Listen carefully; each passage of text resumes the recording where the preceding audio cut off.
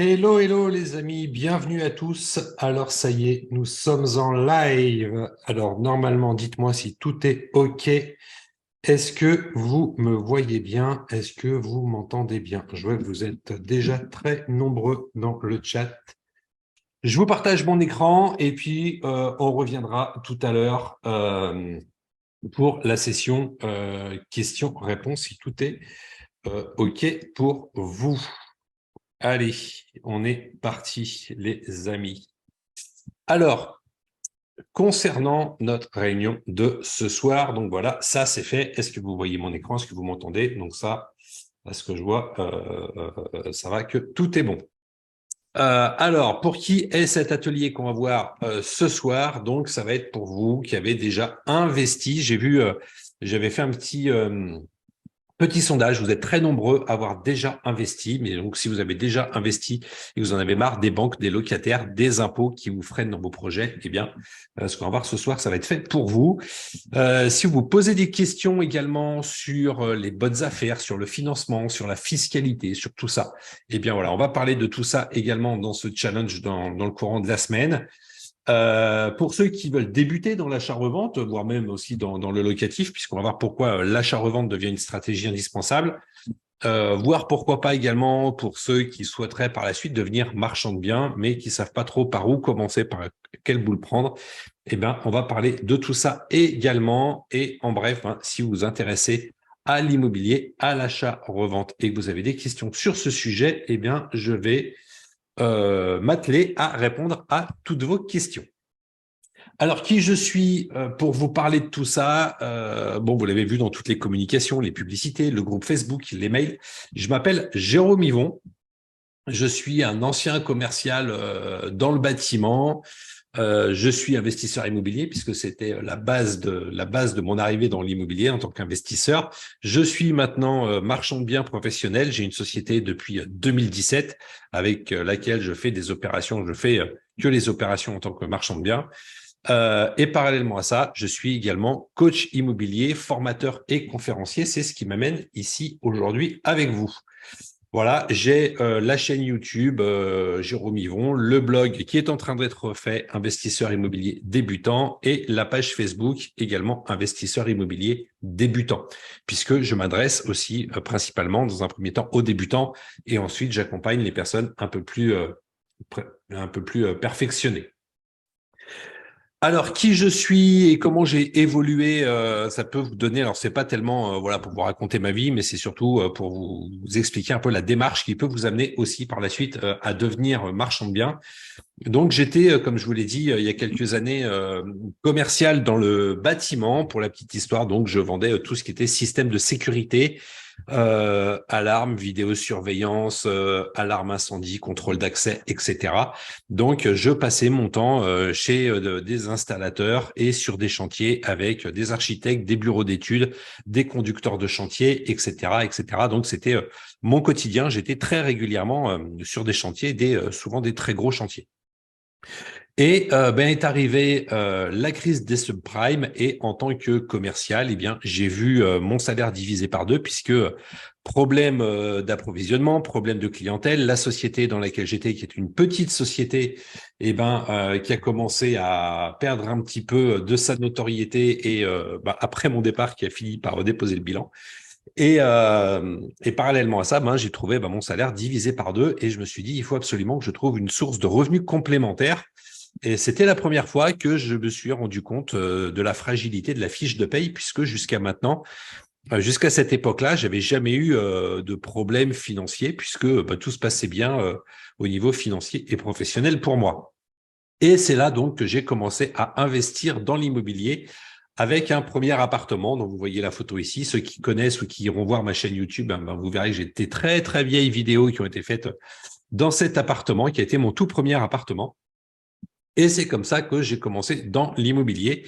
J'ai acheté ensuite plusieurs biens que je mettais en location jusqu'au jour où les banques ont dit stop, taux d'endettement, etc. Eh bien, on ne peut plus vous suivre. Et là, je me suis dit, qu'est-ce qu'il faut que je fasse pour m'en sortir, pour pouvoir continuer? Eh bien, il a fallu que je vende des biens. Et quand j'ai vu ce que je gagnais en revendant les biens par rapport à ce que je gagnais en faisant du locatif, eh bien, c'est comme ça que j'ai décidé de quitter le salariat et j'ai créé ma société pour faire des opérations en tant que marchand de biens professionnel. Voilà un petit peu le cheminement. Donc, je me suis pas dit du jour au lendemain, tiens, je vais être marchand de biens. J'avais quand même une expérience locative, une expérience des banques. Donc, j'ai fait un petit peu tout type de location. Et c'est comme ça que je suis arrivé dans l'immobilier. Alors, mon activité, elle, de coach et formateur, juste pour vous dire ce qui m'amène ici face à vous, cette présentation-là, je vais vous la faire juste aujourd'hui. Donc, j'ai ma chaîne YouTube avec un peu plus de 11 000 abonnés maintenant. Alors, je ne publie plus trop ces temps-ci sur YouTube, mais ça va revenir, je pense, d'ici fin d'année ou début d'année prochaine. La chaîne YouTube est en train d'être relancée, ainsi que le blog. J'ai aujourd'hui, sur les différents réseaux, plus de 24 000 personnes qui me suivent et qui sont inscrites à mes newsletters, entre les emails, les groupes Telegram, etc. Et j'ai formé, aujourd'hui, j'en suis à plus de 1275 personnes, puisque j'ai eu des nouveaux membres. Voilà, je suis à peu près, voilà. Donc, vous avez un petit peu une idée du nombre de personnes que j'ai formées avec mon activité de coach et de formateur. Et depuis très récemment, les programmes que j'ai, certains programmes sont également éligibles au CPF. Voilà, donc ce qu'on va voir cette semaine, différents cours, comme on l'a dit, voilà, il y a 5 cours qui sont prévus avec les 5 jours de la semaine. Donc aujourd'hui, le cours 1, on va voir pourquoi l'immobilier doit être pensé autrement en 2022 et 2023. On est en 2022, donc on va commencer aujourd'hui. Ensuite, on verra demain donc les meilleures méthodes pour gagner de l'argent avec les flips. Je reviendrai dans quelques instants sur ce terme de flip. Comment trouver un bien et le revendre plus cher? On verra ça mercredi. Jeudi, on verra 3 fausses croyances et 7 erreurs à éviter pour gagner de l'argent avec les flips. Et le cours 5, donc vendredi, on verra comment faire un flip qui rapporte 10 ans de loyer avec les différentes étapes de manière à avoir la certitude que l'opération va être correctement réalisée. Voilà, donc précisément ce qu'on va voir ce soir au cours de cette soirée. Donc, on va commencer avec les 2 principales stratégies pour gagner de l'argent avec l'immobilier. On verra pourquoi les flips sont la méthode la plus puissante pour s'enrichir. On verra les 4 piliers de l'investissement immobilier et par rapport à ces piliers, on verra l'effondrement de ces piliers et on verra l'erreur courante des investisseurs. Voilà, je suis certain que beaucoup d'entre vous sont dans ce cas-là et on verra le chiffre qui fait tout basculer. Voilà ce qu'on va voir au programme de ce soir. Les amis, est-ce que c'est OK pour vous? J'ai vu qu'on a beaucoup de nouvelles personnes qui sont arrivées. Alors, les 2 principales stratégies, on va commencer tout de suite, parce que vous allez voir qu'après, au niveau des questions, vous allez en avoir énormément et je ne voudrais pas vous prendre toute la soirée. Alors, les 2 principales stratégies pour gagner de l'argent avec l'immobilier, sont la première que vous connaissez tous. Donc, c'est le locatif. Avec l'avantage du locatif, ce sont les revenus passifs qui sont des revenus récurrents. Alors, passif, je l'ai mis entre guillemets parce que tout investisseur qui a déjà investi dans du locatif sait que c'est pas complètement passif. Il y a toujours des petites choses à faire, des petites choses à régler. Et on a un enrichissement qui est lent parce que on a des petits loyers, on gagne quelques centaines d'euros tous les mois. Donc, c'est pas avec ça qu'on va pouvoir s'enrichir ou s'acheter une nouvelle voiture cash la semaine prochaine, quoi. Donc, l'enrichissement est relativement lent quand on fait du locatif, mais par contre, on va avoir du patrimoine et des revenus qui sont récurrents. Avec les flips, la deuxième méthode, là, on a un enrichissement rapide puisque on va revendre les biens assez rapidement. Donc, ça va durer que quelques mois. Par contre, quand on a terminé une opération, il va falloir recommencer. Donc, les revenus ne sont pas récurrents. Et dès qu'on a terminé une opération, il faut recommencer. Donc, mon objectif, chose importante, mon objectif dans les conférences, dans tout ce qu'on va voir aujourd'hui et dans les jours à venir, mon objectif, c'est clairement pas de vous convaincre que cette stratégie d'achat-revente est la meilleure des stratégies. Mon objectif, ce que je veux vraiment partager avec vous, vous mettre en tête dans les jours qui viennent, eh bien, c'est que mon objectif, ça va être de vous expliquer pourquoi cette stratégie est indispensable, pourquoi l'achat-revente devient une stratégie indispensable, même pour faire du locatif. Est-ce que c'est OK pour vous, pour ce programme? Est-ce qu'on va pouvoir attaquer dans le dur, là, tout de suite, maintenant? Est-ce que tout est OK pour vous? Dites-le moi. Pour les personnes qui veulent commenter, donc il faut utiliser la partie questions-réponses, hein, Q et R. Voilà, je vois que vous êtes à fond. OK, là, pour tout le monde. Nickel, nickel, nickel. OK, voilà, là, ça défile à une vitesse super. Alors, j'espère que ça ne va pas bloquer. J'ai le chat qui est en train de... J'ai le chat qui est en train de perdre la boule, tellement vous êtes nombreux. OK, les amis, allez, on continue. Alors, tout d'abord, petit terme concernant Flip. Vous êtes nombreux à m'avoir posé la question, qu'est-ce que c'est qu'un Flip? D'où vient ce monde Flip? Eh bien, Flip, ça signifie simplement achat-revente. C'est un terme que j'ai emprunté à nos amis francophones québécois. Puisqu'au Québec, eh bien, les opérations d'achat-revente, ils appellent ça des flips, et les marchands de biens là-bas, le métier de marchand de biens, ça n'existe pas. En fait, les marchands de biens là-bas, ils appellent ça des flippers. Voilà, donc j'ai bien aimé ce terme. Donc, j'ai vraiment, voilà, j'ai voulu partager ça, et je dis, tiens, voilà, une formation comme ça, faire des flips plutôt que faire des opérations d'achat-revente. Je trouve que c'est plus sympa. Donc voilà l'origine du mot flip. C'est le terme officiel. Il y a des livres, hein, si vous allez sur Amazon et que vous tapez dans les livres flip immobilier, eh bien, vous verrez que vous aurez des livres sur l'achat-revente, mais c'est tout des livres ou des chaînes YouTube, etc., eh bien, qui viennent de nos amis québécois. Alors, pourquoi faire des flips? Eh bien, simplement, vous allez le comprendre avec la puissance des flips. Et pour ça, je vais vous partager quelques opérations que j'ai réalisées pour que vous voyez ce qu'on peut gagner en quelques semaines, en quelques mois, avec des opérations d'achat-revente. La première opération, vous reconnaissez cet appartement, c'est le tout premier appartement que j'ai acheté, que j'ai gardé un petit moment en location. Alors, c'est un appartement que j'avais acheté. Alors, dans tout ce qu'on va voir, le prix d'achat que j'indique, c'est le prix d'achat tout compris entre l'achat, les travaux, les frais de notaire. C'est mon prix de revient, en réalité. Donc, cet appartement m'a coûté 62 000 euros et je l'ai revendu 95 000 euros. C'est un appartement qui me rapportait par an 2 700 euros de cash flow, pas de loyer, hein, de cash flow par an. Et ce qui fait qu'en le revendant, eh bien, j'ai fait une plus-value dessus de 33 000 euros. Donc 33 000 euros qui sont équivalents à 12 ans de cash flow que j'ai pris d'un seul coup, donc sans avoir à gérer de locataires, de dépannage, de fuite d'eau, de vacances locatives, de loyers impayés, etc. Voilà, j'ai pris 33 000 euros et voilà, j'ai économisé 12 ans de corvée, on va dire. Deuxième opération, donc là, je suis passé ensuite à deux appartements, donc deux appartements qui sont l'un sur l'autre. Vous allez peut-être reconnaître ces appartements pour les personnes qui se sont inscrits. J'ai une petite formation gratuite sur mon blog, sur ma chaîne YouTube, vous pouvez y avoir accès, qui s'appelle Imo Express. Eh bien, les vidéos de ce programme Imo Express ont été tournées dans ces appartements. J'ai même fait des vidéos avec cet immeuble-là en expliquant pourquoi j'avais acheté cet immeuble et comment j'avais fait une bonne affaire sur cet immeuble. C'est une vieille vidéo. Donc, ces deux appartements, j'avais un cash flow de 4 000 euros par an.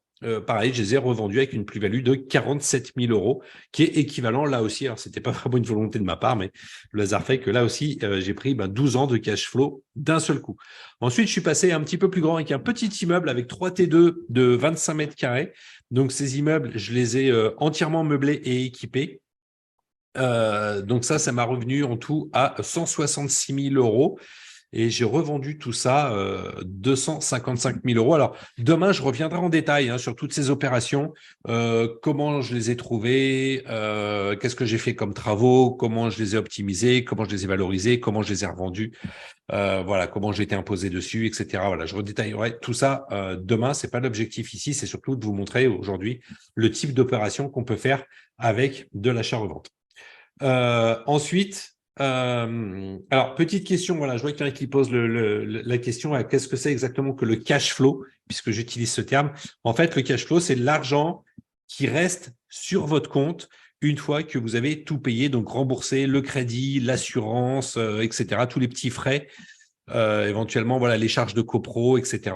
Voilà, l'argent qui vous reste réellement sur votre compte à la fin du mois. Voilà, le cash flow, c'est ça. Donc, si vous avez 1 000 euros de loyer, que vous avez 500 euros de crédit et 200 euros de charge, ça fait 700 euros en tout que vous dépensez. Donc, sur vos 1 000 euros, il vous reste que 300 euros. Eh bien, le cash flow, c'est les 300 euros qui vous restent sur votre compte bancaire réellement à la fin. Donc, ce petit immeuble, donc les appartements. Donc, ça, il y avait de la location meublée et location courte durée qui était faite dans cet immeuble. Je l'ai revendu. Donc, si on part sur le prix de la location meublée, donc 9 000 euros de cash flow en location meublée sur cet immeuble-là, je l'ai revendu avec une plus-value de 89 000 euros. Donc, ça m'a fait l'équivalent de 10 ans de cash flow, donc 10 ans de revenus que j'aurais touché directement sur mon compte. Sachant que cette opération-là, donc rénovation, l'achat de l'immeuble, la rénovation des 3 appartements, je l'ai mis en location et je l'ai revendu, et bien tout ça, ça m'a pris 9 mois. Donc vous voyez que ça a été une opération qui a été très très rapide. Voilà, tout s'est enchaîné très rapidement. Donc ça a été une très belle opération. Mais vous allez voir que j'ai fait encore mieux, j'ai fait encore plus court. Pas dans ce bien-là, mais dans celui d'après. Alors ça, c'était un autre immeuble, un petit immeuble, donc avec 3 T2 de 50 mètres carrés. Venez bien demain, parce que demain, je vous raconterai un petit peu ce que j'ai fait pour optimiser vraiment ce petit immeuble. Donc, achat 265 000 euros, revente 360 000 euros, voilà, plus-value de 95 000 euros. Lui, je ne l'ai pas exploité du tout, j'ai juste refait joli l'immeuble. On voit à droite, avant, j'ai acheté, il n'y avait pas de façade. Ensuite, j'ai refait les façades, j'ai refait les appartements. Tout ça, je l'ai fait en pleine crise Covid et voilà, et ça s'est revendu et j'étais encore hier au téléphone avec la personne qui me l'a acheté parce que généralement je reste en contact avec mes acquéreurs. Et une opération que j'ai faite, celle-ci, c'est l'opération la plus rapide que j'ai faite puisqu'elle s'est faite en seulement 4 mois en tout. Une maison, j'ai simplement acheté cet ensemble, je l'ai juste divisé en deux. La partie basse à gauche, c'était une habitation. La partie de droite, un petit peu plus haute, c'était une autre habitation.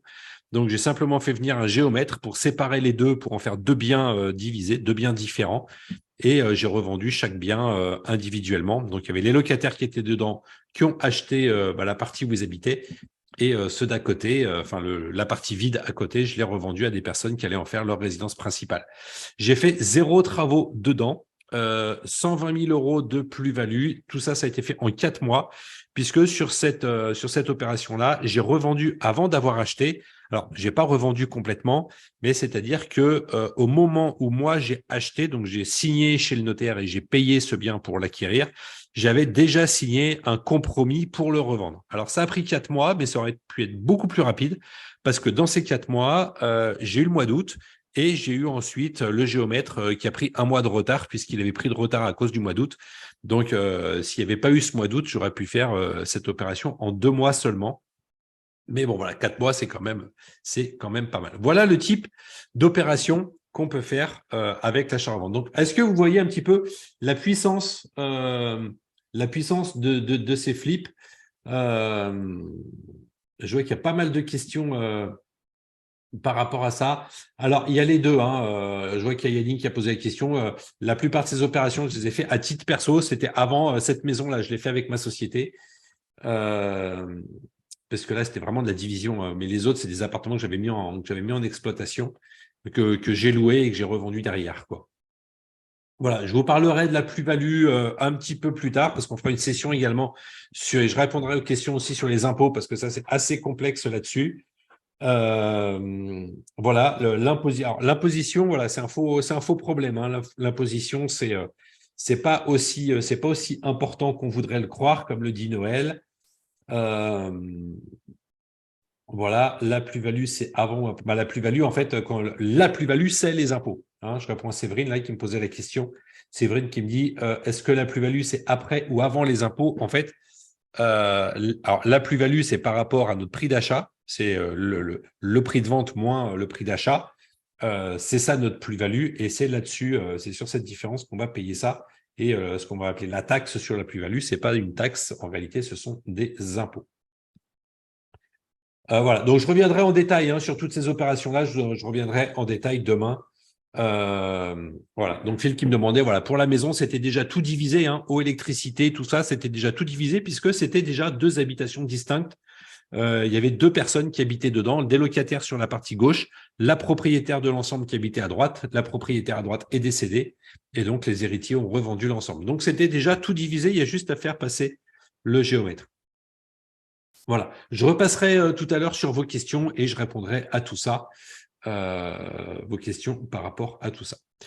Alors, maintenant, je voulais partager avec vous quelque chose d'important, c'est les 4 piliers de l'investissement locatif et c'est là que vous allez voir ensuite toute l'importance de l'achat-revente des flips dans votre stratégie, même si vous voulez faire du locatif. Alors, on a 4 piliers pour l'investissement locatif, 4 piliers que vous connaissez certainement, qui sont les grands standards. En gros, ces 4 piliers, c'est surtout ce qui vous pose problème et c'est surtout vos inquiétudes. Le premier pilier, ça va être les bonnes affaires. La bonne affaire, il faut trouver une bonne affaire. Ça, c'est un premier pilier puisque c'est à l'achat qu'on gagne de l'argent, que ce soit pour faire du locatif ou pour faire de l'achat-revente. Donc, il faut avant tout, premier pilier, faire une bonne affaire. Ensuite, une fois que vous l'avez trouvé, votre bonne affaire, il faut passer à la banque, il faut le financer. Donc, deuxième pilier important, sinon vous ne pouvez pas faire votre projet, ça va être la partie financement. Ensuite, vous allez avoir la partie location. Alors là, le terme n'est pas tout à fait le bon, je mettrai plutôt la partie exploitation, puisque dans cette partie-là, je vais mettre la partie achat-revente. La revente va faire partie de l'exploitation. Et la location, ça peut être que ce soit du nu, du meublé, de la courte durée, etc. Mais dans la partie location, on peut avoir également cette partie de revente. Et on va avoir la fiscalité, quelle que soit votre stratégie, il va falloir optimiser un des piliers essentiels en France, surtout, c'est la partie fiscalité. Mais on en reparlera, il ne faut pas non plus vous bloquer et vous focaliser sur cette partie fiscalité. Alors, quand on pense immobilier, généralement, quand on dit, voilà, moi, je veux investir dans de l'immobilier, on pense à faire de la location nue, de la location courte durée, de la location meublée, de la colocation. Et quel que soit, donc ça, c'est des types d'exploitation, en fait. Et quel que soit ce type d'exploitation, il va y avoir des points communs. Les points communs, quand on fait de l'investissement immobilier, ça va être quoi? Ça va être qu'il va falloir trouver un bien adapté à la stratégie.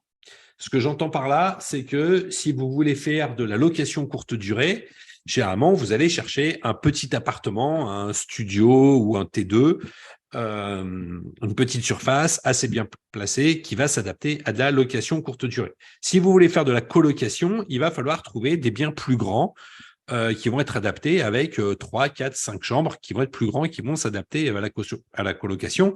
En même temps, pour ces types d'exploitation, il va falloir trouver les emplacements adaptés, etc. Donc, on va avoir des contraintes par rapport à ça. Ensuite, il va falloir, dans tous les cas, financer le bien sur du long terme. On reviendra après sur les contraintes de financement. Puis, vous devrez gérer l'exploitation. Alors, même si certains disent oui, l'immobilier, c'est du passif, pour la partie exploitation, on peut déléguer à des agences ou à des gestionnaires, mais si ce n'est pas le bien directement que vous gérez, vous allez devoir gérer le gestionnaire. Donc, il y aura toujours quelque chose à faire. Donc, c'est là qu'il va y avoir, que ça va commencer à poser des soucis. Et ensuite, vous allez avoir l'imposition. Il va falloir vous occuper des impôts. Et ça, quelle que soit votre stratégie d'investissement, vous avez toujours ces 4 éléments qui sont des points communs, quelle que soit votre stratégie. Alors, au début, l'immobilier, c'était bien. Moi, quand j'ai commencé, c'était super cool parce que on a les prix de l'immobilier qui ont baissé. C'était au moment de la crise des subprimes à peu près dans ces eaux-là. Donc, forcément, mécaniquement, avec tout ça, on a l'immobilier qui a baissé un petit peu. Et en même temps, on a vu les taux d'intérêt qui ont baissé. Donc là, c'était super intéressant puisque on achetait des biens moins chers et il nous revenait moins cher à emprunter puisqu'on a les taux d'intérêt jusqu'à il y a encore très peu de temps qui n'arrêtaient pas de baisser. Là, c'est sûr qu'on est en train de rattraper le retard, mais ça, c'était bien. On a eu le développement de la location courte durée avec Airbnb. Pour la petite histoire, le premier bien que j'ai acheté, que je vous ai montré tout au début, c'est un appartement que j'ai exploité moi en location courte durée et c'était le premier appartement de la ville dans laquelle je suis. Je suis à côté de Bourgoin-Jallieu dans l'Isère. C'est une petite ville de 25 000 habitants à peu près maintenant et j'ai eu donc cet appartement était le premier appartement sur Airbnb et tout le monde m'a pris pour un fou quand j'ai fait ça et maintenant il y en a au moins une vingtaine dans la ville et voilà, ils marchent tous bien. D'ailleurs, tous les appartements que j'ai vendus maintenant sont tous sur Airbnb puisque j'ai revendu qu'il y a des investisseurs. Et on a eu une démocratisation de la colocation, voilà, avec les formations, les réseaux sociaux, etc., YouTube, Facebook, tout ça. On a entendu parler de plus en plus de la colocation. C'était pas quelque chose de nouveau puisque ça existe depuis la nuit des temps. Depuis que l'immobilier existe, la colocation existe, mais ça s'est vraiment démocratisé et beaucoup de personnes ont appuyé leur stratégie immobilière là-dessus, sur Airbnb et sur la colocation. Mais aujourd'hui, il y a des choses qui changent et on a un problème, c'est que nos 4 piliers, ils sont en train de s'effondrer. Et c'est ce que je vais partager avec vous en détail. Déjà, est-ce que vous êtes d'accord avec moi sur ces 4 piliers qui sont vraiment fondamentaux, hein, piliers des bonnes affaires qui vous posent des problèmes. Dites-moi si vous avez d'autres problématiques que ça. Voilà, ok. Ouais, je vois que voilà, j'ai tout le monde qui me répond d'un seul coup. Marie, Sonia, Hervé, Noël, Franck également. J'ai un MR73. Alors, excuse-moi, je ne sais pas qui tu es. Colette, Hervé, ok, super. Karine, voilà, qui me dit c'est exactement ça. Christophe également. Ok, génial. Allez, on continue et je répondrai à toutes vos questions suite à ça. Alors, nos 4 piliers, eh bien, tout d'abord, le premier effondrement, ça va être les bonnes affaires. Et donc, je vais vous expliquer pourquoi tout ça, ça s'effondre. Alors là, je vous ai fait une copie d'écran. Alors, elle n'est pas vieille, cette copie d'écran du site Le Bon Coin. Alors, Le Bon Coin, aujourd'hui, il faut savoir que c'est le premier site d'annonces immobilières en France. Le deuxième, c'est Se Loger. Mais aujourd'hui, celui qui a détrôné tout le monde, c'est Le Bon Coin. C'est pour ça que je me suis basé sur celui-ci. Et ce qui est intéressant sur Le Bon Coin, c'est qu'on va avoir des annonces à la fois de particuliers et de professionnels. Et cette copie d'écran date de cet après-midi. Donc, on est aujourd'hui le 7 novembre 2022. Voilà l'état du marché immobilier en France aujourd'hui. Donc, on voit que sur Le Bon Coin, on a 694 826 annonces immobilières. Donc ça, c'est tout bien confondu, maison, appartement, terrain, etc. Voilà, j'ai mis tous les types de biens sur toute la France. Hein. J'ai rien fait du tout. Voilà. J'ai mis simplement immobilier en France, vente immobilière en France, tout simplement. Vous pouvez faire la recherche après, pas maintenant, hein, faites ça après la conférence ou plus tard dans la soirée ou demain. Voilà. Et donc, on va voir quoi sur ce marché, sur toutes ces annonces. On va voir qu'il y a 10% seulement des annonces, un peu plus de 70 000 annonces qui sont émises par des particuliers et on a 624 000 annonces qui sont des annonces qui sont diffusées par des professionnels. Donc aujourd'hui, on a globalement un marché de la vente immobilière qui est détenu par des professionnels. Professionnels, c'est-à-dire que c'est vendu par des agences immobilières. Il y a très peu de particuliers qui vendent leurs propres biens. Généralement, les particuliers, si vous regardez un petit peu, si on fait le ratio de ces 10%, ça va être majoritairement des particuliers qui vendent des maisons. Voilà, donc ils vont vendre plutôt des maisons pour de la résidence principale. En tant qu'investisseur, généralement, on ne va pas trop chercher de la maison, on va plutôt chercher de l'immeuble ou de l'appartement, mais pas trop de la maison individuelle. Quoi qu'il y ait des stratégies à mettre en place avec ça, on en parlera un peu plus tard. Et donc, on voit qu'il y a 90% aujourd'hui des ventes immobilières qui sont faites avec des professionnels. Alors, c'est quoi le problème avec ça? Je vais vous expliquer la démarche d'un professionnel quand il met un bien en vente.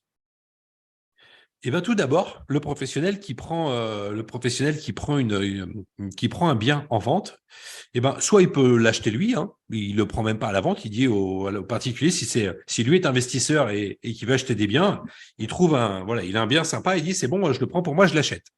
Mais les investisseurs, ils sont comme moi, comme les vendeurs de voitures. Les vendeurs de voitures peuvent pas acheter toutes les voitures du garage. Les marchands de biens peuvent pas garder tous les biens qu'ils ont à vendre. Et les agents immobiliers ne peuvent pas acheter tous les biens qu'ils ont à la vente. Sinon, ils n'auront qu'un seul client, ce serait eux-mêmes. Donc, s'ils peuvent pas acheter, ils vont parler un petit peu à leurs collègues. Tiens, j'ai rentré une super affaire. Est-ce que ça t'intéresse? Est-ce qu'il y a des gens autour de toi que ça pourrait intéresser? Bon, si ça passe pas, eh bien, ils vont en parler un petit peu à leur réseau. Donc, le réseau, c'est quoi? Eh bien, ça va être leur connaissance, ça va être des investisseurs, des professionnels avec qui ils ont l'habitude de travailler. J'ai encore, moi, cet après-midi, vous voyez, c'est pas vieux, le hasard a fait ça, c'est que cet après-midi, j'ai un agent immobilier qui m'a appelé et qui me propose d'aller voir un bien qui n'est pas encore sur le marché, que je vais aller visiter demain. Donc ça fait partie du réseau. Et si, avec ce réseau, eh bien, le bien ne part toujours pas, eh bien, à ce moment-là, il va se retrouver sur Internet. Donc, ce qui fait que déjà, les super bonnes affaires sont déjà parties, soit avec des collègues ou des connaissances de l'agent immobilier, soit par son réseau de connaissances, de clients, de marchands de biens, d'investisseurs avec qui il a l'habitude de travailler. Et si vraiment personne n'en veut, ou si l'affaire n'est pas si bonne que ça, à ce moment-là, ça va se retrouver sur Internet, sur Le Bon Coin, etc. Et qu'est-ce qui se passe quand ça arrive sur Internet? Vous avez tout le monde qui voit les mêmes agents, les mêmes annonces au même moment. Alors, il y a des stratégies par rapport à ça. C'est que vous pouvez mettre des alertes. Alors, c'est super, vous êtes investisseur, vous savez que vous cherchez un petit appartement studio ou T1 dans telle ville, dans tel secteur. Vous mettez votre alerte, seulement tous les investisseurs qui sont dans votre région ont mis la même alerte que vous. Donc, tout le monde va voir la même, toutes les personnes que ce bien intéresse vont avoir la même alerte et ils vont tous ils vont tous voir cette même annonce au même moment. Donc, c'est pour ça que trouver des bonnes affaires aujourd'hui devient compliqué et que c'est important de remonter d'un cran et de faire partie au moins du réseau des agents immobiliers pour arriver à voir les biens un petit peu plus tôt. Donc, c'est pour ça que je vous expliquerai un petit peu plus tard dans ce challenge, un petit peu plus tard dans la semaine, comment trouver des bonnes affaires avec quelques stratégies pour aller chercher des biens qui ne sont pas encore sur le marché et pour éviter d'être justement dans la concurrence de tous les autres investisseurs qui vont chercher la même chose que vous. Est-ce que c'est OK avec vous? Est-ce que vous êtes d'accord avec moi sur ces difficultés? Est-ce que c'est OK pour vous d'avoir ces difficultés avec avec les agences immobilières pour trouver des biens immobiliers? Alors, Hervé qui me demande, oui, il y a des parkings aussi, ça fait partie aussi des stratégies immobilières. OK, c'est bon pour vous, tout le monde est d'accord avec moi. OK, même problème pour tout le monde, à ce que je vois. OK, génial. Donc, deuxième pilier qui s'effondre, qu'on va voir maintenant. Deuxième pilier, ça va être le financement. Alors là, le financement, on en entend beaucoup parler en ce moment et ça devient aujourd'hui, très honnêtement, le plus gros problème de l'investissement immobilier aujourd'hui. Alors, qu'est-ce qui se passe concrètement au niveau financement? Vous avez certainement entendu parler de ces 4 lettres, le HCSF. Il y a encore 2-3 ans, je suis certain que la majorité d'entre vous n'avait jamais entendu parler de on va dire de cet organisme. C'est pas vraiment un organisme, de cette division, on va dire, puisque ça dépend du ministère des Finances. C'est le Haut Conseil de stabilité financière, qui s'est fait connaître il y a 2 ans et demi, quasiment 3 ans maintenant, avec des recommandations par rapport au financement. Alors, au début, c'était des recommandations. Maintenant, c'est devenu une obligation, puisque les banques sont obligées maintenant de se conformer aux règles du HCSF. Alors, qu'est-ce qu'on va avoir? On a un taux d'endettement qui est limité à 35%. Donc, il suffit que vous soyez propriétaire de votre résidence principale, c'est très vite atteint le taux d'endettement de 35%. Alors, à savoir que dans les calculs du taux d'endettement de 35%, 2 choses importantes à savoir, c'est que ce n'est pas un taux d'endettement immobilier, c'est un taux d'endettement général. Donc, si vous avez votre logement et un prêt pour une voiture, par exemple, eh bien, les mensualités de votre prêt voiture font partie de votre taux d'endettement. Vous êtes endetté pour payer votre voiture.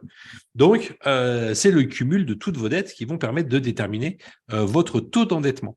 Alors certains vont vous dire, oui, mais si tu n'es locataire, eh ben, à ce moment-là, tu es tranquille puisque tu n'as pas de prêt immobilier. Mais étant donné que c'est quand même des frais de logement, eh bien, dans le taux d'endettement, que vous soyez propriétaire ou locataire, les banques tiennent compte de vos frais de logement. Donc, si c'est un prêt immobilier, ils tiennent compte du montant du prêt immobilier, des remboursements du prêt immobilier. Et si vous êtes locataire, eh ben, ça sera le montant de votre loyer qui sera pris en compte dans votre taux d'endettement. Donc ça, c'est quelque chose d'important à savoir parce que ceux qui disent, bah non, si vous êtes locataire, vous êtes tranquille, vous n'êtes pas embêté, eh bien, voilà, ça se calcule pas tout à fait comme ça. Et problème qu'on rencontre maintenant avec la hausse des taux, eh bien, c'est le taux d'usure. Alors rapidement, qu'est-ce que c'est que le taux d'usure? C'est simplement qu'il y a un taux qui est donné, qu'on appelle le taux d'usure. C'est la moyenne du taux d'intérêt, la moyenne nationale des taux d'intérêt qui ont été pratiqués le trimestre précédent, qui est augmenté de 30%. Donc là, on est au quatrième trimestre. Donc, ce qui s'est passé, c'est que la Banque de France a pris le taux d'intérêt moyen du troisième trimestre, ils l'ont augmenté de 30% et ils ont dit, voilà, pour ce quatrième, voilà le montant du taux d'usure. Et ensuite, il y a le taux d'intérêt du prêt. Et par rapport à ce taux d'intérêt, on va rajouter les différents frais, donc les frais de dossier, les frais d'assurance, les frais d'hypothèque, etc. Donc tout ça, ça va s'ajouter à votre mensualité de crédit et à votre endettement. Et il va être recalculé un taux qu'on appelle le TAEG. Et c'est ce taux-là, en fait, ce taux-là, c'est le montant qui va être le taux qui va être comparé au taux d'usure.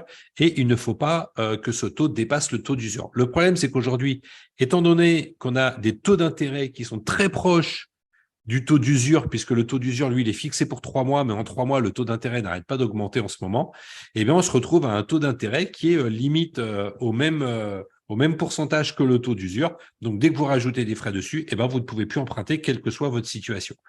Donc, pour éviter ça, eh ben, ça veut dire qu'il faut emprunter un minimum, donc mettre un maximum d'apport. Et donc, c'est pour ça que aujourd'hui, ça coince pour beaucoup d'investisseurs. Mais aujourd'hui, tout le monde dit, même les professionnels, les banquiers, etc., tout le monde reconnaît que le calcul du taux d'usure est inadapté à la situation actuelle. Mais malheureusement, pour l'instant, il faut faire avec puisqu'il n'y a pas été pris de décision de le changer pour le moment. Donc, problème de taux d'endettement et de taux d'usure. Ensuite, on a une durée d'emprunt qui est limitée à 20 ans. Alors, la durée d'emprunt est limitée à 25 ans, mais pour tout ce qui est investissement immobilier, quelles que soient les stratégies, eh bien, on va le limiter, ça va être limité à 20 ans.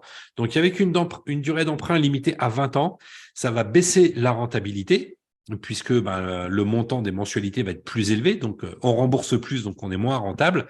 Et du coup, comme on a des mensualités plus élevées, on a un taux d'endettement également qui est plus élevé. Donc ça ne nous arrange pas non plus. On a ensuite une priorité à l'investissement et au prêt qui est donnée aux résidences principales, puisque par rapport à ces premières recommandations, donc le taux, la limite à 35% et la durée d'emprunt de 20 ans, les banques peuvent déroger à ça. Seulement, elles peuvent déroger à ça sur 20% du montant global des prêts qui sont faits, des prêts immobiliers qui sont faits, sachant que sur ces 20% de dérogation, il faut quand même que 80% soit pour de la résidence principale. Donc aujourd'hui, on se retrouve avec seulement 20% de 20%, donc 4% de flexibilité qui peuvent être faits pour des investisseurs, pour de l'investissement immobilier. Donc autrement dit qu'il y a pas grand-chose, qui peuvent être alloués aux investisseurs pour déroger à ces règles, sachant que quelle que soit la situation, les banques n'ont pas le droit de faire de financement qui dépasse le taux d'usure. Voilà. Ils peuvent jongler sur les 35%, ils peuvent déroger un petit peu aux 20 ans ou aux 25 ans. Par contre, ils n'ont pas le droit de déroger au taux d'usure puisque justement, le taux d'usure a été créé pour ça. C'était pour mettre une limite à ce que les banques peuvent faire. Ensuite, on a le report d'échéance. Alors ça, on entend très peu parler, mais on a maintenant un report des échéances qui a été limité à 2 ans, mais avec certaines restrictions, puisque le report d'échéance peut être valable à condition que le logement ne puisse pas être occupé. Donc, il faut qu'il y ait une vacance du logement, c'est-à-dire que il est dans un tel état de délabrement qu'on ne peut pas le louer, il ne peut pas être occupé parce qu'il y a des travaux à faire dedans. Ça peut être fait soit pour du neuf, puisque du neuf qui n'est pas fini de construire, à ce moment-là, en effet, il peut pas être habité puisqu'il n'est pas fini de construire. Donc, il va y avoir un report de 2 ans, le temps de finir la construction. Ou alors, il faut que les travaux soient supérieurs à 25% du montant financé. Donc, si vous faites un prêt de 100 000 euros, il faut que vous ayez pour plus de 25 000 euros de travaux pour avoir droit au report d'échéance. Mais ces travaux, ce ne soient pas n'importe lesquels. Vous pourrez avoir des reports d'échéance à condition que vos travaux financés soient de la création de surface, donc ça va être le cas pour une construction par exemple, extension, agrandissement, etc. De la modernisation, si par exemple vous avez acheté un vieil appartement et qu'il y avait des toilettes qui étaient communs sur le palier de l'immeuble et que vous devez faire des travaux pour rentrer les toilettes à l'intérieur de l'appartement, c'est ça qu'on va appeler de la modernisation. Mettre une climatisation, c'est pas de la modernisation, c'est du confort. Mettre des volets roulants à la place des volets battants, c'est pas de la modernisation, c'est du confort.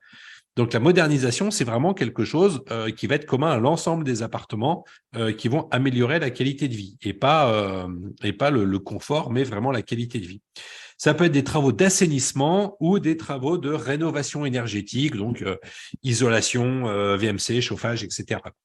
Voyez que si vous voulez acheter un appartement et que vous dites, tiens, moi, je vais faire un report de 2 ans parce que je vais changer le parquet, le carrelage, refaire les peintures, etc., changer la cuisine, eh bien, ça ne marche pas puisque c'est des travaux qui ne sont pas éligibles au report d'échéance. Donc là aussi, très peu de personnes en parlent, très peu même d'investisseurs le savent, mais c'est quand vous vous retrouvez chez le banquier où vous vous retrouvez coincé avec ça. Et de plus en plus, maintenant, les banques demandent un apport minimum de 10%. Alors, ce n'est pas quelque chose qui a été intégré dans les règles du HCSF, mais étant donné que les banques doivent quand même réduire au maximum les montants empruntés, elles demandent un apport au minimum de 10% qui va correspondre globalement aux frais de notaire et frais de garantie. Donc, avec ces 10% qui sont apportés maintenant, vous allez avoir moins d'épargne, donc moins d'assises financières, moins de sécurité financière.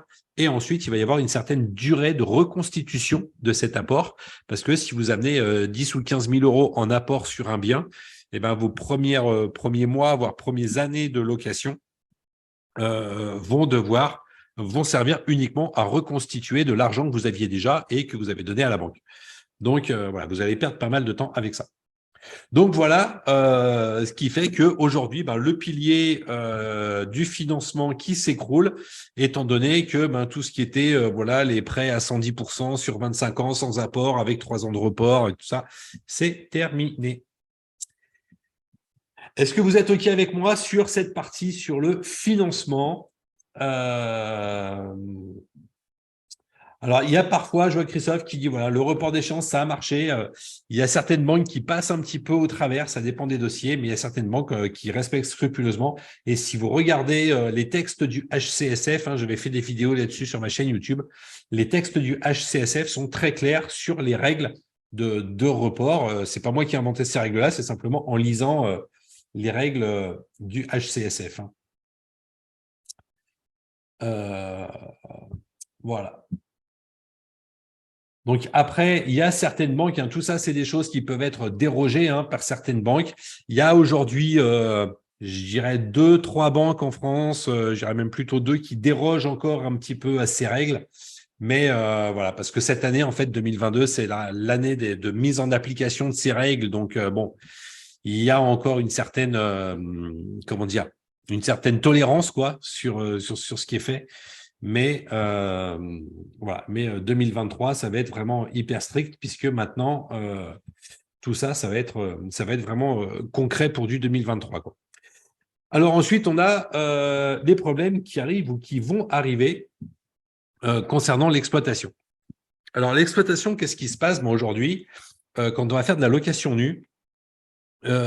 Trouver des locataires qui sont solvables dans le temps, donc avec un bail de 3 ans, ça devient compliqué puisque déjà on a un intérêt fiscal qui est limité puisque en location nue on a beaucoup moins d'amortissement à faire, les loyers sont moins élevés et ce que va devenir votre locataire dans 1 an, 2 ans, 3 ans aujourd'hui avec l'évolution du marché du travail, les sociétés qui ferment les unes après les autres, etc. eh bien, c'est difficile de garantir que votre locataire va pouvoir payer son loyer pendant 3 ans. Et on a de plus en plus de contraintes pour mettre dehors un locataire qui ne paye pas. Voilà, un locataire pas solvable, un locataire qui ne paye pas. Et malheureusement, vous allez avoir énormément de difficultés à le mettre dehors. Ensuite, il va y avoir les problèmes sur la location meublée. Donc, location meublée, il y a de plus en plus de turnover de locataires, de vacances locatives, ce qui fait qu'en réalité, quand vous faites du meublé, plutôt que de louer 12 mois par an, vous allez plutôt louer sur du 10 ou 11 mois. Ça va être dû maintenant de plus en plus, il y a des cours qui sont en distanciel. On a même vu là en Alsace qu'il y a des universités qui vont fermer pendant quelques temps. Vous avez des étudiants qui ont plus forcément de job étudiant, donc après ils changent pour avoir un appartement moins cher.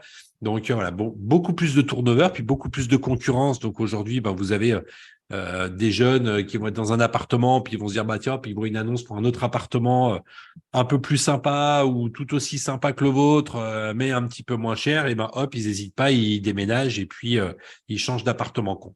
Donc un turnover qui est beaucoup plus courant qu'il y a quelques années. Location courte durée, ça se complique également puisque il y a des réglementations qui arrivent de plus en plus. Certaines villes avec des autorisations à avoir, des copropriétés qui interdisent la location courte durée, la gestion aussi qui se complique puisque il y a eu beaucoup de sociétés qui se sont montées pour gérer de gestionnaires, pour gérer des appartements en location courte durée, mais ils ont tellement de monde que au niveau des services, c'est de moins en moins bien fait. Donc voilà, c'est difficile de trouver des gestionnaires, surtout dans des grandes villes. Quand vous êtes sur des petites villes, des villes moyennes, c'est encore jouable. Moi, aujourd'hui, j'ai investi dans 2 villes où j'ai trouvé des gestionnaires qui tiennent la route. Mais quand on est dans des grandes villes, moi, j'en connais beaucoup qui sont sur Lyon, Marseille ou dans des grandes villes qui galèrent vraiment avec leurs gestionnaires. Et il y a une évolution très rapide des restrictions dans les grandes villes, c'est-à-dire que quasiment du jour au lendemain, hop, il y a une décision qui est prise en conseil municipal et c'est appliqué 2 mois plus tard, quoi. Donc, pas beaucoup de temps pour les investisseurs de se retourner par rapport à ça. La colocation aussi, de plus en plus de concurrence en colocation. Les conflits entre colocataires, ça a toujours existé. Beaucoup de turnover ou de vacances locatives, c'est les mêmes problèmes qu'avec la location meublée. Et surtout, le gros problème, c'est beaucoup de personnes qui avaient des appartements qui louaient nus, qui maintenant fiscalement les passent en colocation. Donc, dans un même secteur, il commence à y avoir de plus en plus d'appartements en colocation, donc de plus en plus de concurrence. Et qu'est-ce qui se passe par rapport à la concurrence? Donc, pour vous démarquer par rapport à la concurrence, vous allez faire des prestations haut de gamme. Le souci de la prestation de gamme, alors c'est très bien, la location haut de gamme en tant que telle ne pose pas vraiment de problème, mais c'est que la location de gamme va vous coûter plus cher puisque vous allez faire des travaux supplémentaires, vous allez mettre des équipements qui coûtent plus cher. Donc, ça veut dire que vous allez avoir plus à financer. Si vous avez plus à financer, vous avez des mensualités qui sont plus élevées. Donc, si vous empruntez plus, vous avez moins de rentabilité et vous avez un prêt plus élevé qui va compliquer également avec les règles du HCSF puisque vous allez avoir plus de restrictions au niveau des montants que vous pouvez emprunter. Globalement, vous pourrez imaginer ça. Je prends toujours l'exemple de la baignoire balnéo. Voilà, vous avez une belle coloc et dedans, vous dites, tiens, plutôt que de mettre une baignoire classique à 500 balles, dedans, je vais mettre une baignoire balnéo avec des jets, des lumières et tout ça à 5000 €. La différence de prix entre votre baignoire à 5000 € et votre baignoire à 500 €, même si vous augmentez le prix des chambres de 50 € par mois, vous avez 4 chambres, ça va faire 200 balles pour 200 € par mois. Pour une baignoire qui vous a coûté 4500 € de plus, il va falloir louer quelques mois supplémentaires pour pouvoir amortir rien que le prix de la baignoire. Et généralement, quand vous faites une location de gamme, vous ne faites pas que la baignoire, c'est l'ensemble des prestations qui sont haut de gamme. Donc, vous en avez facilement pour 10, 15, 20 000 € supplémentaires. Alors, vous allez augmenter un petit peu le loyer, mais il va falloir quand même pas mal de temps pour pouvoir récupérer cette plus-value que vous avez faite au niveau des travaux. Voilà pour les problèmes au niveau du locatif. Et il y a d'autres soucis qui arrivent maintenant. C'est des nouvelles règles. Donc, on a les règles, je vous ai mis 4 petits exemples ici. On a les soucis avec la loi climat et résilience, où il va y avoir donc des restrictions avec, je vous ai mis là à gauche, donc le gel des loyers pour les appartements qui sont au niveau des DPE classés en F ou G à partir du 25 août 2022. Donc ça, c'est déjà fait. Depuis le 1er septembre, tout ce qui est en F ou G, il faut une audit énergétique obligatoire. Alors encore, audit énergétique, faut-il encore savoir que votre appartement il est en F ou en G. Mais ça, quand vous vendez un bien ou quand vous relouez un bien, maintenant vous êtes obligé de le faire.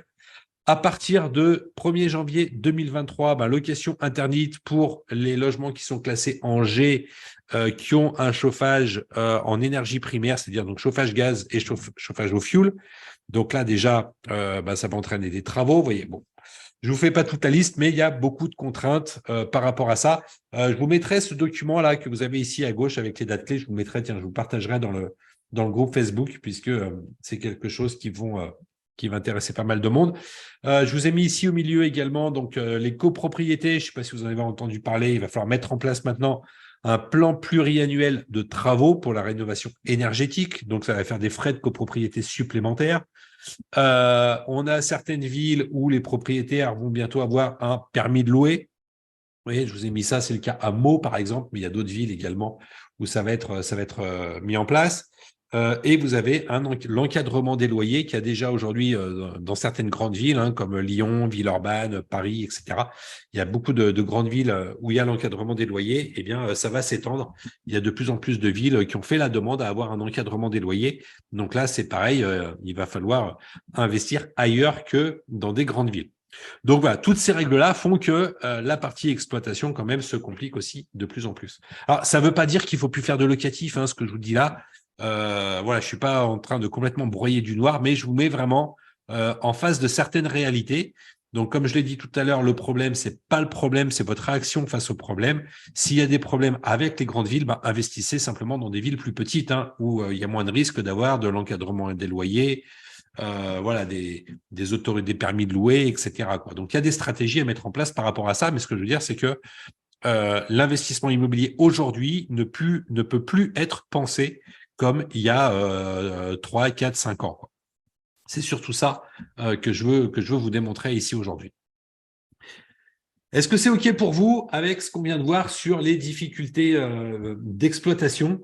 Voilà, je vois Marine qui boude là, qui me fait un espèce de petit smiley qui boude. OK, les amis. Alors, je reviendrai tout à l'heure. Alors, je suis désolé, vous voyez pas vos remarques qui sont entre vous. OK.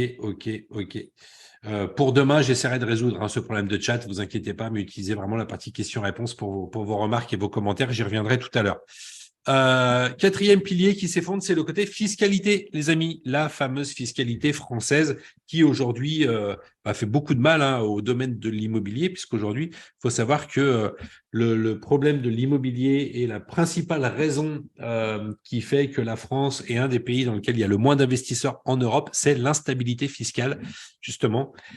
Ça a été démontré, il y a eu des études qui ont été faites là-dessus par la Fédération nationale des professionnels de l'immobilier, et qui ont démontré que c'est l'instabilité fiscale qui refroidit pas mal de monde à se lancer dans l'investissement immobilier.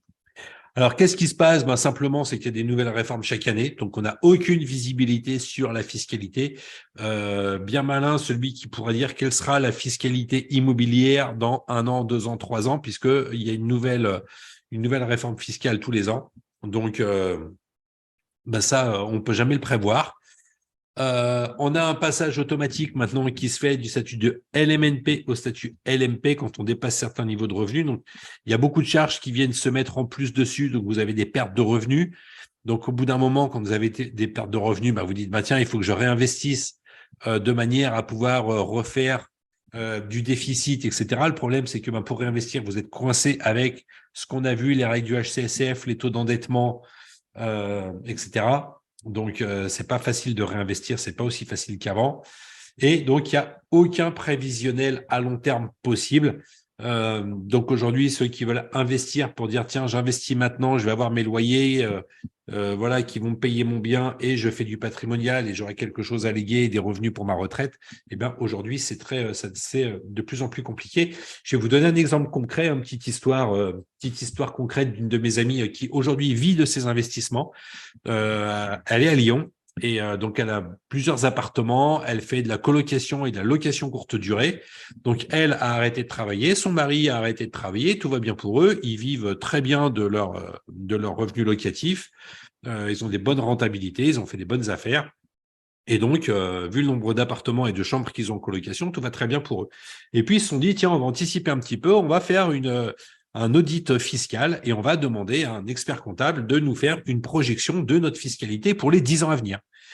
Et bien là, ils sont un petit peu tombés des nues. Si vous avez beaucoup d'appartements, vraiment, je vous encourage à le faire. Et ben, ils se sont aperçus que d'ici 3 à 4 ans, et ben, leur parc immobilier va commencer à leur coûter de l'argent puisqu'ils auront amorti pas mal de choses sur leurs investissements, quoi. Donc, il y a beaucoup de choses qui ont été amorties, qui ne pourront plus amortir. Donc, ce qui fait qu'ils vont commencer à payer de plus en plus d'impôts. Déjà, ils sont passés en LMP, hein, ils sont maintenant loueurs meublés professionnels. Ils payent de plus en plus d'impôts, ils vont payer de plus en plus d'impôts. Et aujourd'hui, avec les contraintes qu'il y a au niveau du HCSF, de taux d'endettement, etc., et aujourd'hui, ils ne peuvent plus réemprunter. Et le problème, c'est que s'ils revendent, étant donné qu'ils sont en LMP, eh bien, ils ont des amortissements qui vont être réintégrés au niveau des plus-values, etc. Donc, c'est pas intéressant pour eux de revendre maintenant. Donc, ils se retrouvent un petit peu coincés. Donc, ils essayent là, ils sont en train d'essayer de trouver des solutions avec des juristes, des fiscalistes, des experts comptables pour voir en passant, en créant des sociétés, en transférant des biens de perso en société, voilà, voir comment ils peuvent jongler avec tout ça. Mais pour dire que l'investissement long terme patrimonial qu'ils pensaient faire pour leurs enfants, ils savent pas trop comment ils vont gérer ça, surtout qu'aujourd'hui, ils sont plus salariés, donc ça va se compliquer pour eux, quoi. Voilà concernant la partie fiscalité. Donc, en résumé, le problème général qui est aujourd'hui, qui fait… Alors, il ne faut pas arrêter d'investir dans l'immobilier, hein, je ne suis pas en train de vous dire ça. Comme je vous dis, c'est vraiment de vous faire comprendre que l'achat-revente, ça doit vraiment être intégré dans votre stratégie parce qu'aujourd'hui, on a de plus en plus de difficultés à trouver des bonnes affaires. On a des difficultés avec le financement, donc il faut de plus en plus d'apports. C'est là que va arriver la partie achat-revente. Ça va permettre de générer des revenus et d'avoir de plus en plus d'apports si par la suite vous voulez utiliser cet argent pour faire du locatif. La partie exploitation également qui se complique, donc faire très attention, de plus en plus attention au type de bien et où est-ce que vous achetez vos biens, vos appartements et peut-être changer de ville, de stratégie en fonction des différentes contraintes qu'il pourrait y avoir et bien réfléchir à la fiscalité, essayer d'anticiper les pires choses qui pourraient arriver notamment avec les nouvelles règles fiscales qu'il y a un petit peu de partout. Voilà les problèmes, ce que je voulais partager avec vous. Donc, petite citation par rapport à tout ça, que vous pouvez noter, que vous pouvez afficher dans votre salon, dans vos toilettes, dans votre cuisine, où vous voulez. Le problème, ce n'est pas le problème. Donc, le problème, c'est pas tout ce qu'on vient de voir. Le problème, c'est ton attitude face au problème. J'adore cette citation. Qui démontre vraiment que en fonction de votre réaction, soit vous voyez le mur arriver et vous faites rien et vous attendez d'être dans le mur, ou alors vous avez une attitude qui fait que vous anticipez tout ça et vous prenez aujourd'hui des décisions de manière à éviter ces problèmes, à réagir par rapport à tous ces problèmes. Ça va être soit de changer de stratégie, de changer de ville d'investissement, de revendre certains biens ou simplement d'avoir une stratégie globale un petit peu différente que ce que vous aviez pensé il y a 2-3 ans, puisque vous avez beaucoup de choses qui se passent dernièrement. Donc Aurel, je vois que Aurel me dit, mais c'est déprimant. Alors, il ne faut pas, au contraire. C'est dans des situations comme on rencontre à présent qu'il y a énormément d'opportunités à saisir. J'en reparlerai dans les jours à venir et notamment quand on parlera de comment trouver des bonnes affaires. Donc, il ne faut pas être déprimé. Au contraire, il faut dire comment je peux utiliser tous ces inconvénients, on va dire, en une force pour faire des bonnes affaires et pour faire des choses intelligemment. Mais ça implique de changer un petit peu de mindset et de voir les choses différemment que tout ce que vous avez pu voir et entendre ces dernières années, notamment sur les vidéos, les différents formateurs. Mais moi, le discours que j'avais il y a 2-3 ans n'est pas du tout le même que ce que j'ai comme discours aujourd'hui, puisque les choses ont changé. Donc, il faut avoir des réactions complètement différentes. Alors, par rapport aux différentes questions, par rapport à tout ce qu'on a vu, donc comment faire un flip, donc comment faire des achats-reventes, donc je reviendrai en détail sur comment trouver des bonnes affaires, comment financer un flip, comment revendre plus cher et comment optimiser la fiscalité. Je reviendrai vraiment en détail avec des chiffres, avec des graphiques, etc. sur les 3e et 4e cours. Mais avant ça, je voulais quand même partager quelque chose avec vous. C'est l'erreur courante dans le parcours de l'investisseur immobilier. Alors ça, c'est quelque chose qui va vous concerner, puisque j'ai vu que vous étiez, par rapport à tous les inscrits de ce programme, une grosse majorité à avoir soit entre 1 et 1 et 3 biens. Vous êtes quand même une majorité à avoir beaucoup de, déjà un peu d'expérience dans l'immobilier. Donc le parcours classique de l'investisseur, donc ça c'est pas l'erreur, mais c'est le parcours classique et qui va amener à une erreur. Eh bien, c'est que vous commencez par acheter ce que vous trouvez, puisque il y a une grosse tension sur le marché de l'immobilier. C'est difficile de trouver des bonnes affaires. Au bout d'un moment, vous dites bon, ouais, c'est bon, je vais quand même trouver un truc. Donc, vous prenez non pas le meilleur bien que vous pouvez trouver, mais le moins pire. Et donc, vous achetez ce que vous trouvez, ou alors il y en a qui n'achètent pas du tout. Mais parfois, vous achetez un bien qui n'est pas forcément le bien le moins cher. Il va être au prix du marché, voire un petit peu moins cher que le prix du marché, mais c'est pas non plus l'affaire du siècle. Et puis, vous allez optimiser votre location en faisant de la location à haut rendement, donc de la colocation, ce qu'on appelait de la colocation au rendement, de la location courte durée, voire de la location courte durée haut de gamme, etc., de manière à augmenter au maximum vos loyers pour compenser le prix de l'appartement que vous avez payé. Donc, vous faites de la location à haut rendement, ce qui est une très bonne chose. Et là, vous avez du coup votre capacité d'endettement qui est au maxi, puisque comme on l'a vu, quand vous faites de la location à haut rendement, vous êtes obligé d'avoir des biens de qualité, des bons équipements, donc des biens qui vous coûtent plus cher à mettre en exploitation, à produire, je dirais. Donc, comme ça vous coûte plus cher, vous devez emprunter plus et donc vous êtes un peu plus endetté qu'avec un bien standard. Et puis, au bout d'un moment, vous commencez à payer des impôts, puisque vous avez amorti ce que vous pouvez. Il y a des amortissements quand on fait de la location au rendement, puisque généralement, c'est de la location meublée. Vous amortissez pendant un certain temps, et puis au bout d'un moment, les amortissements s'épuisent. Et là, par rapport à vos revenus, vous allez devoir commencer à payer des impôts. Et donc là, vous dites, je dois réinvestir, mais vous êtes bloqué pour réinvestir à cause de votre taux d'endettement. Et maintenant, les banques ne peuvent plus déplacer un certain taux d'endettement. Il y avait avant des calculs, certains modes de calcul qui permettaient de dépasser les 35-40% d'endettement. C'est les taux des méthodes de calcul, je ne viendrai pas dans le détail ici, mais qui sont spécifiques pour des investisseurs, mais que maintenant les banques n'ont plus le droit d'utiliser. Donc ça devient très compliqué. Vous êtes bloqué pour réinvestir et donc vous revendez pour recommencer. Et là, vous allez être confronté à un très gros problème. Et ce problème, ça va être, je vous l'ai dit dans le sommaire, ça va être ce chiffre qui fait tout basculer. Ce chiffre qui fait tout basculer, c'est un nombre d'années. C'est le nombre d'années qui fait que vos investissements ne sont pas rentables du tout. Alors, je ne vais pas faire trop de suspense là-dessus, parce que je vois l'heure qui avance, puis je voudrais quand même qu'on ait pas mal de temps pour les questions-réponses.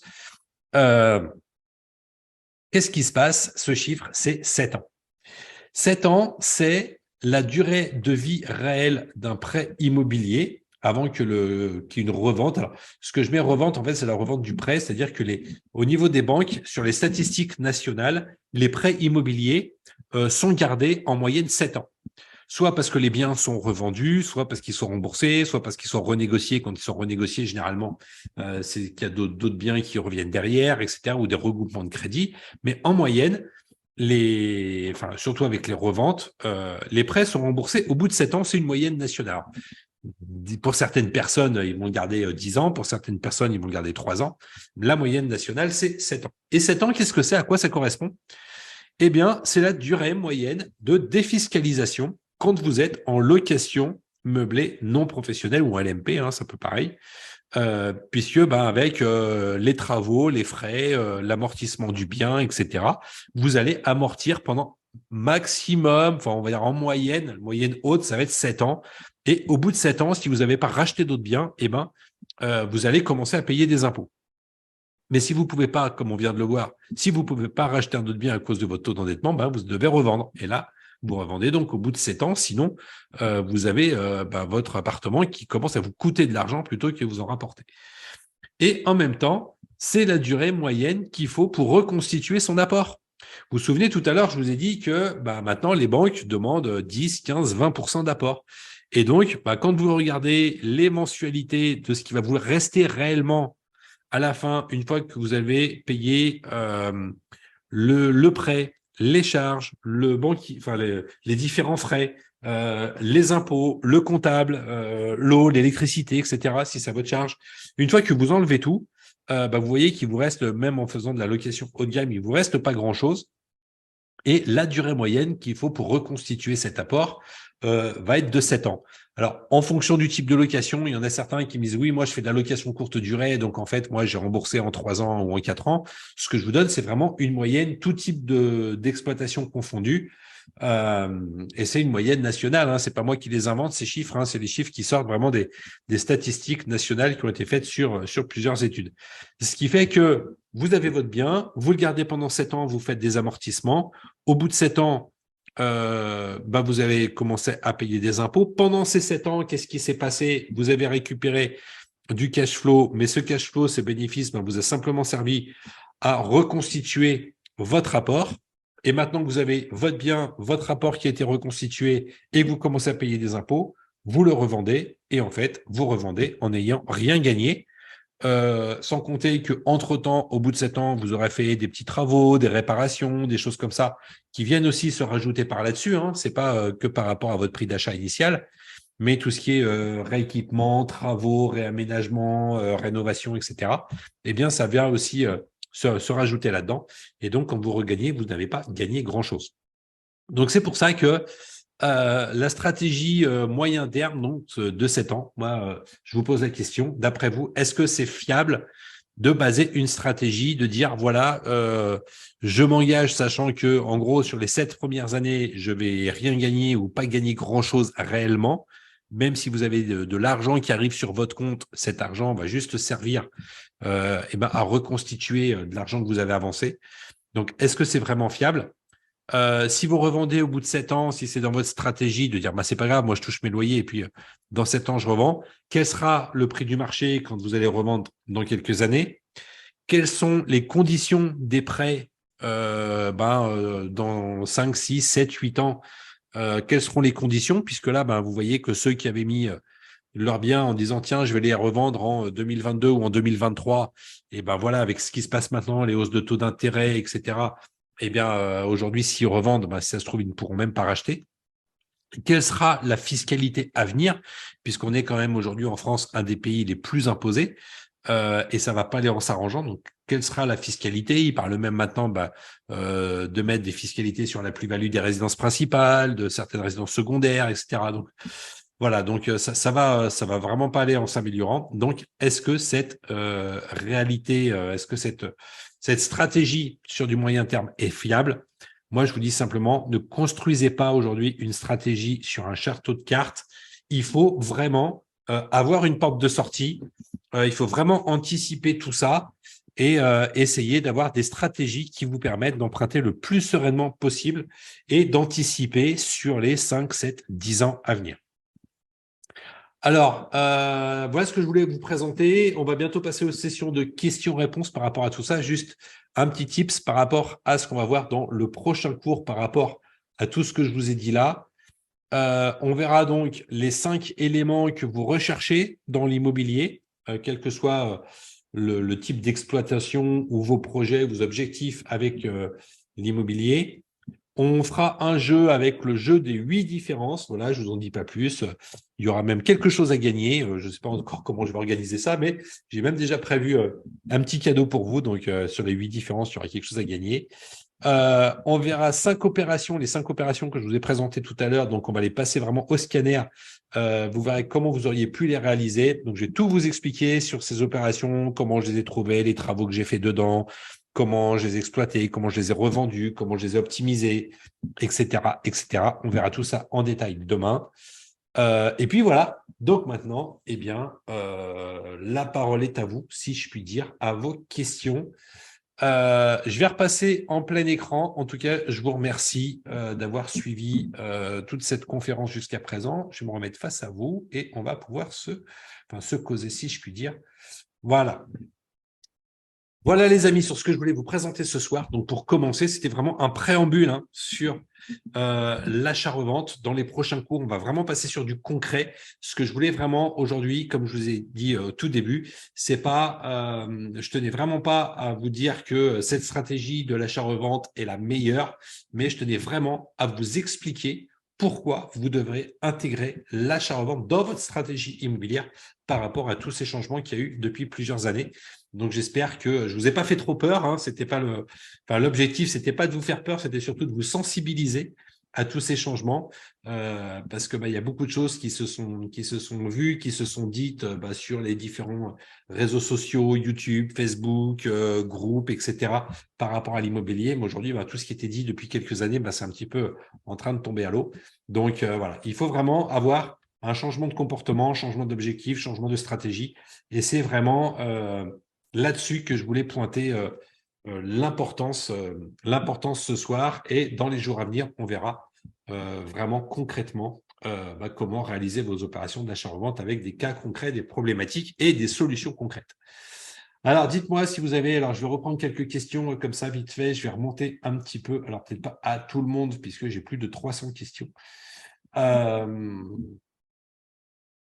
Voilà, donc globalement, par rapport aux villes, généralement, alors aujourd'hui, toutes les villes qui sont concernées par les restrictions, je réponds à une question, voilà, je pense que c'était par rapport à un sujet tout à l'heure de Herman qui me dit, voilà, des villes à partir de combien d'habitants?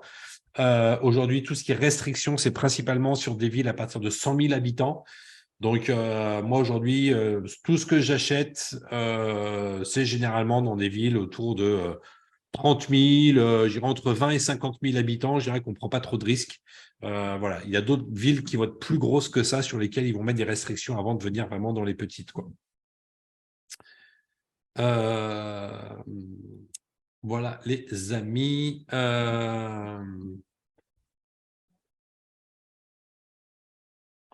Non, alors il y a quelqu'un, je ne sais pas qui c'est, qui s'appelle Invi 6800. Voilà, donc je pense que ce n'est pas vraiment ton vrai prénom.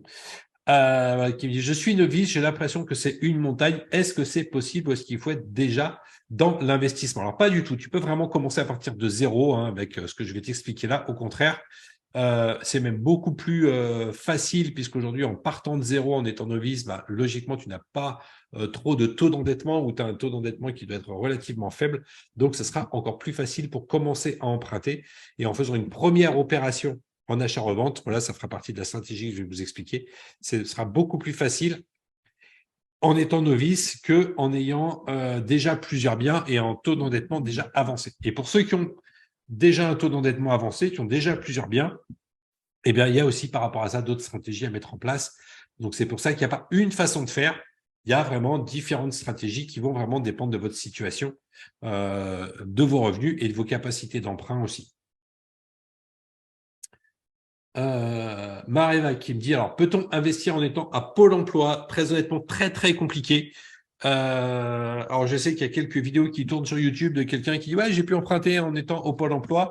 C'est pas parce qu'il y a une personne sur 5000 qui a réussi à le faire que tout le monde va pouvoir le faire. Il y a des cas particuliers, ça dépend de la personne, de son dossier, peut-être de son conjoint, de la ville, du conseiller, du conseiller bancaire. Enfin voilà, ça dépend de plein de choses. Mais globalement, en étant au Pôle emploi, aujourd'hui, les banques, il y a déjà tellement de restrictions et elles veulent tellement pas prêter d'argent aujourd'hui qu'en étant au Pôle emploi, ça va être très, très compliqué. Par contre, avec une stratégie d'achat-revente, j'y reviendrai un petit peu plus tard dans les jours à venir, j'aurai des solutions par rapport à ça. Justement, c'est tout l'intérêt de commencer par faire de l'achat-revente. N'hésitez pas à poser moi vos questions parce que là, je suis en train de descendre. Alexandre qui dit tu nous fais flipper. Émilie qui dit c'est déprimant. Non, il faut pas. C'était pas pour vous déprimer ni pour vous faire flipper. C'est surtout pour vous sensibiliser justement au changement un peu de paradigme, pour utiliser un mot compliqué. Voilà, c'est que tout ce qui se faisait, tout ce qu'on voyait et tous les projets qu'on faisait en investissement immobilier il y a encore 2-3 ans, eh ben, aujourd'hui doivent changer complètement.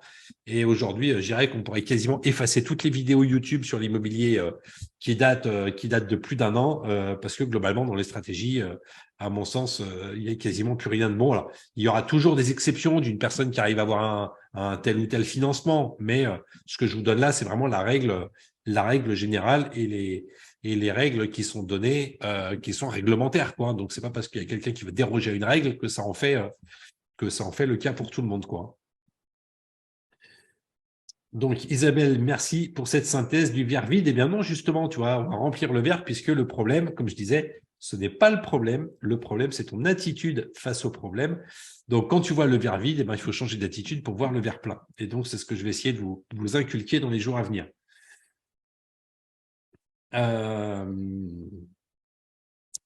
Ok, donc Valérie, ce n'est pas juste un compte.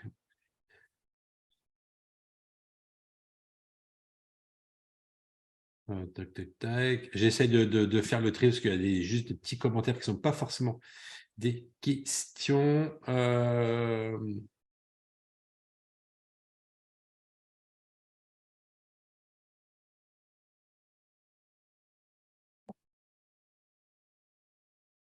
Ok, donc Myrtis, ouais, bon, Myrtis qui est un peu déprimé. Mais alors, il y a donc Myrtis, donc qui a tout eu, elle, qui a eu vandalisme, un artisan qui est parti avec son argent. Enfin voilà, beaucoup de péripéties avec ses investissements immobiliers, mais toujours motivée.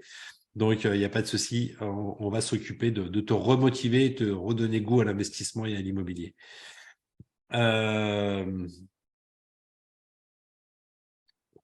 Voilà, donc Rosie, voilà, qui me fait une remarque, voilà, très bien. Toutes les contraintes liées au DPE, donc c'est le nouveau diagnostic de performance énergétique, donc pousseront certains propriétaires à vendre pour ne pas faire les travaux.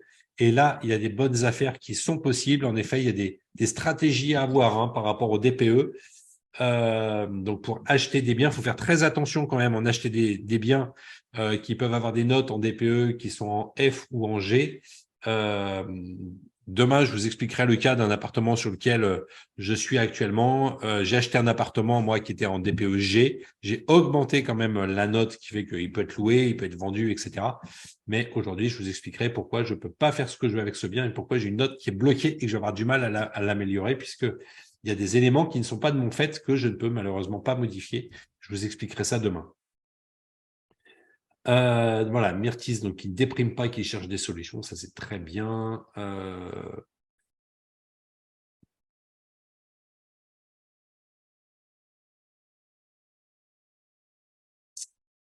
Émilie qui me demande là, concernant les 7 ans, est-ce que c'est 7 ans pour le marché des investisseurs ou 7 ans tout type d'achat confondu, y compris les 80% de RP? C'est principalement sur les investisseurs puisque les gens qui achètent une RP, eux, ils gardent leur financement pendant très longtemps. Donc le turnover, c'est surtout au niveau de le turnover, je dirais, des prêts immobiliers, c'est surtout par rapport aux investisseurs qui se retrouvent avec un petit peu la boucle que je vous ai montrée, qui se retrouvent coincés, qui sont obligés de revendre pour pouvoir racheter quelque chose par rapport à la fiscalité, etc. C'est là qu'on a des biens qui tournent pas mal, quoi.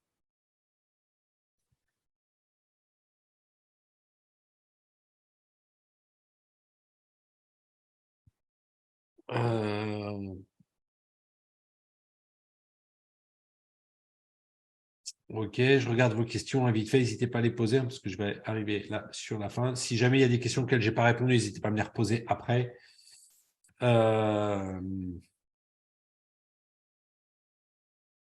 Ok, donc merci à tous, hein, tous ceux qui ont fait les commentaires. Je ne vais pas refaire les questions de tout le monde puisque vous êtes plus de 345 à avoir mis des questions et des commentaires. Valérie qui dit, voilà, j'ai acheté pour louer. Finalement, au vu des travaux, la maison est devenue ma résidence principale. je ne suis plus en CDI et si je revends, j'ai peur de ne plus pouvoir acheter car de ne plus rien acheter et car rien à emprunter. Ouais, ben ça, c'est une stratégie à voir. Alors après, c'est des choses à voir au cas par cas, hein. Et il faut bien recalculer tout ça. Donc ça, on pourra en reparler éventuellement, Valérie.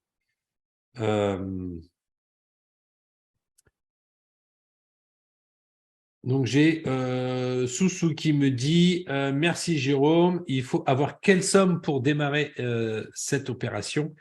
Et bien, concernant les différentes opérations, on en parlera demain justement on parlera des différents types d'opérations et comment, enfin demain et dans les jours à venir, et vous verrez qu'on peut commencer à faire des opérations d'achat-revente avec des budgets très petits et avoir quand même des belles rentabilités, même avec des sommes toutes petites, et voire même sans faire de prêt immobilier. Je vous expliquerai tout ça dans les jours à venir.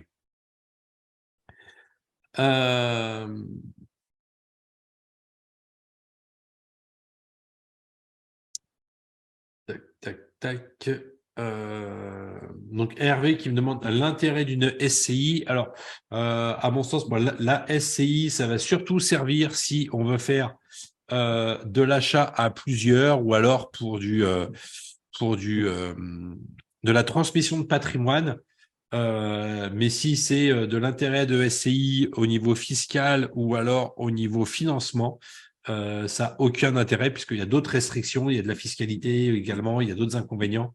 Donc, la SCI, c'est surtout une stratégie qui va être patrimoniale par rapport à de la succession, si jamais tu veux léguer des biens à tes enfants, à des neveux, à d'autres personnes de ta famille, des amis ou autres, quoi. Ou alors pour investir à plusieurs. Voilà, si toi tout seul, tu ne peux pas investir, que tu veux t'associer avec quelqu'un, à ce moment-là, la SCI est une solution. Après, il y a différentes formes de SCI, différents types d'imposition de SCI. Donc, il y a certains cas où la SCI est très intéressante. Il y a certains cas où ça n'a aucun intérêt. Donc, c'est vraiment du cas par cas. On ne peut pas faire une généralité sur la SCI, quoi.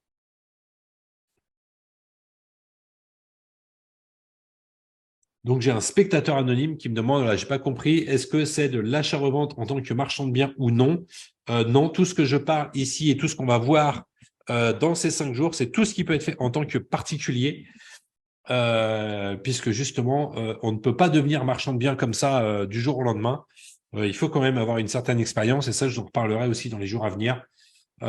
Différence aussi entre marchand de biens et enfin entre le marchand de biens, l'activité de marchand de biens et les opérations de marchand de biens qui sont des choses différentes, un petit peu d'abus de langage par là-dessus, mais je reviendrai de ça précisément aussi dans les cours à venir.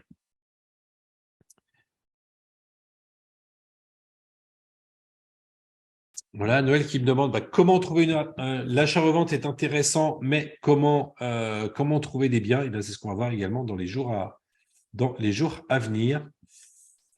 J'ai perdu mes commentaires. Ok, vous êtes là. Est-ce possible de déclarer une ERP tous les combien de temps? Alors oui, Hélène, on peut déclarer des biens. Alors, on peut faire de l'achat-revente en disant que le bien est une résidence principale. Par contre, il faut être extrêmement vigilant et l'idéal, ce serait quand même que ce soit réellement une résidence principale. Parce que si le fisc met un petit peu le nez dedans, ils ont des possibilités de vérification qui sont un petit peu farfelus, mais qui sont extrêmement efficaces pour eux, pour voir si ce type si ton logement était réellement ta résidence principale. Ils peuvent aller jusqu'à aller éplucher les factures d'eau, factures d'électricité, etc., etc., quoi. Les kilométrages des voitures par rapport à ton lieu de travail, etc. Enfin voilà, ils ont des possibilités d'enquêter qui sont très très poussés, et quand ils cherchent quelque chose, ils s'arrêtent pas tant qu'ils l'ont pas trouvé. Donc il vaut mieux, si on déclare une résidence principale, il vaut mieux que, même si c'est pour quelques semaines ou quelques mois, il vaut mieux qu'à un moment ça soit réellement ta résidence principale.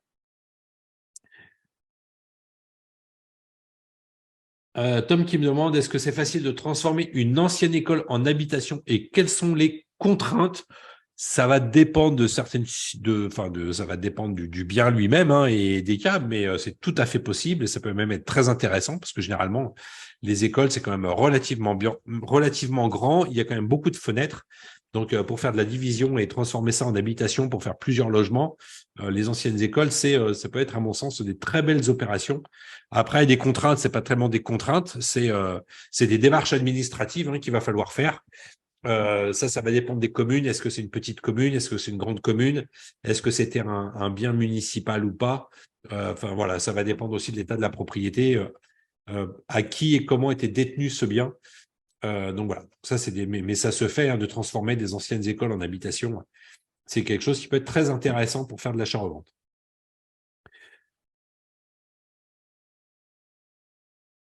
Voilà, donc Mehdi, qui dit ce qui est séduisant, c'est la revente avant même l'achat. Alors oui, ça c'est intéressant, c'est ce que moi j'appelle le Graal du marchand de biens, mais il faut quand même acheter à un moment donné. Malheureusement, en France, on n'a pas le droit de revendre un bien dont on n'est pas propriétaire et qu'on n'a pas payé. Donc il faut quand même acheter le bien, le payer chez le notaire pour avoir le droit de le revendre, même si on le revend l'après-midi. Tu achètes le matin, tu revends l'après-midi, entre-temps, il aura fallu que tu aies versé l'argent chez le notaire, puisque le notaire, tu ne peux pas devenir propriétaire d'un bien si le montant du bien n'est pas chez le notaire. Donc ça, c'est quelque chose qui était possible il y a quelques années. Maintenant, la loi a changé. Il faut forcément que le notaire ait l'argent pour pouvoir te déclarer propriétaire du bien. Donc voilà. Alors qu'il y a certains pays où c'est tout à fait possible d'acheter un bien avant même d'en être propriétaire et même d'utiliser l'argent de la revente pour payer le bien que toi-même tu avais acheté. Donc Valérie qui me dit: je suis sûr de bien acheter mon premier bien, un studio meublé dans le Chiaras. Je n'ai pas de prêt à faire, je ne suis même pas sûr de le garder dans le temps. Comment puis-je l'acheter, le louer un certain temps et le revendre sans être assommé pour la fiscalité? On parlera de la fiscalité dans quelques jours, dans le courant de la semaine. Je vous ferai une démonstration chiffre à l'appui, sur la fiscalité par rapport à la plus-value. Donc, ne vous inquiétez pas, la fiscalité, je vous démontrerai qu'en réalité, c'est un faux problème. Il existe, il faut en tenir compte, mais il ne faut pas non plus s'en faire une montagne. Il ne faut absolument pas que ce soit un frein pour vos opérations. Sinon, vous ne ferez jamais rien. Je vous donnerai un exemple très, très concret, même par rapport à votre vie de tous les jours, qui n'a rien à voir avec l'immobilier. Et vous verrez qu'avec cette démonstration, vous direz, oui, c'est vrai que tout compte fait, il ne faut pas trop se focaliser sur la fiscalité. Je vous démontrerai ça, je ne vous en dis pas plus. Je vous démontrerai ça dans le courant de la semaine.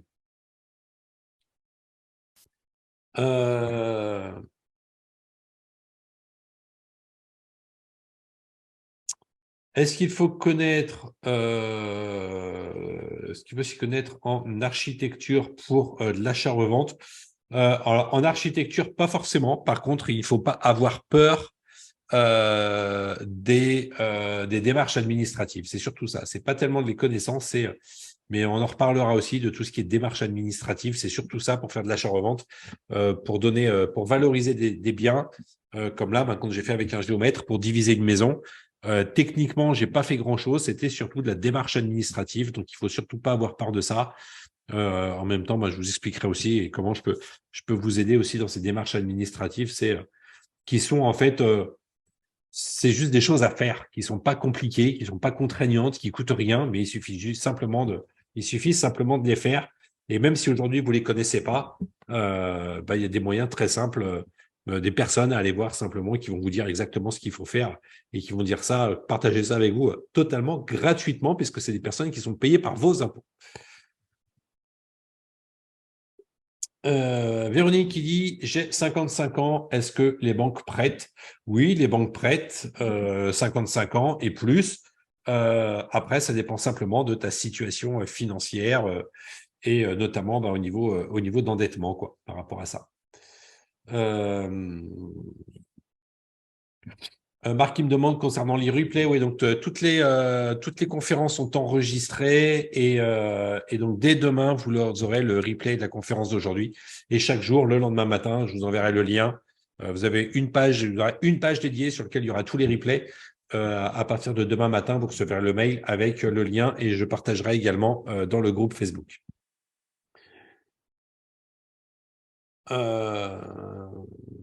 Péton qui demande si on peut investir en étant retraité. Très compliqué d'investir en étant retraité, à moins d'avoir quand même une bonne capacité financière. Il faut savoir que les banques au niveau des règles, au niveau des banques, en gros, il faut que les prêts immobiliers se terminent à l'âge de 75 ans maximum. Donc, si tu as 60 ans, tu ne pourras pas emprunter au-delà de 15 ans, puisque 60 ans plus 15 ans de financement, ça te fera tes 75 ans. Donc, tu ne pourras pas aller au-delà. Donc, c'est pour ça qu'il vaut mieux investir le plus tôt possible. Est-ce qu'on peut acheter sans son conjoint? Oui, Jean-Paul. Jean-Paul, je suis content de te revoir ici. Donc, Jean-Paul qui fait partie des clients de mémoire de mon programme. Être en SCI à l'IS, l'espèce de marche finalement. Ouais, alors les SCI, bon, on en reparlera. Donc, les SCI ne sont pas destinés à faire de l'achat-revente. La SCI, c'est une société civile immobilière. Et une société civile immobilière n'a pas une vocation commerciale, alors que l'achat-revente, c'est du commerce.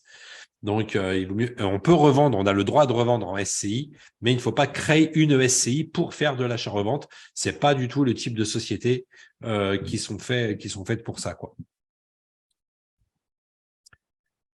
Philippe qui demande s'il est bien en SCI, rentre dans l'endettement. Ça va dépendre de la manière dont tu es géré fiscalement ta SCI. Est-ce que tu es à l'IR? Est-ce que tu es à l'IS? Et qui sont les associés de la SCI? Donc, il y a des contraintes par rapport à ça.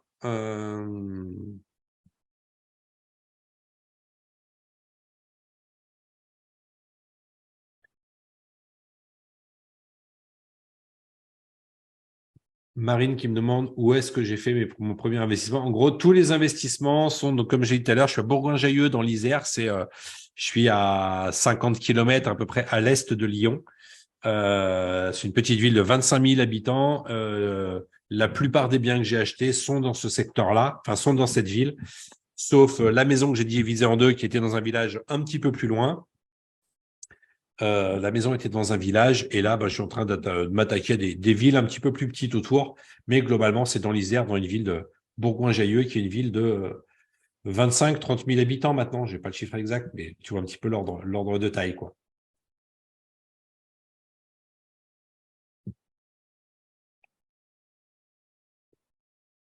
Le prêt relais pour faire un flip, c'est assez risqué. Alors, techniquement, on peut toujours. Hein. Karine qui me demande est-ce qu'on peut utiliser le prêt relais pour faire un flip lorsqu'on est propriétaire de sa résidence principale, comme si on allait déménager. Le problème, c'est qu'après, si tu déménages pas, bon, après, il faut être vraiment sûr de ton coup, sûr au niveau des délais, parce que le problème du prêt relais, c'est que c'est un prêt qui coûte très cher. Donc, à voir. Ça dépend des cas, ça dépend des montants et ça dépend de ta situation financière et ton endettement aussi. Mais ça va dépendre du projet que tu as derrière parce que si tu as une résidence principale et que tu veux acheter pour faire un flip, il faut être cohérent par rapport à la résidence principale que tu vas avoir. Tu peux pas dire aujourd'hui, je quitte une maison de 3 ou 4 chambres avec mon mari et mes 3 enfants pour acheter un studio, par exemple. Tu vois, c'est quelque chose qui va pas passer ça, sur la résidence principale. Donc, il faut être cohérent dans les types d'investissements quand tu fais ce genre de montage, quoi.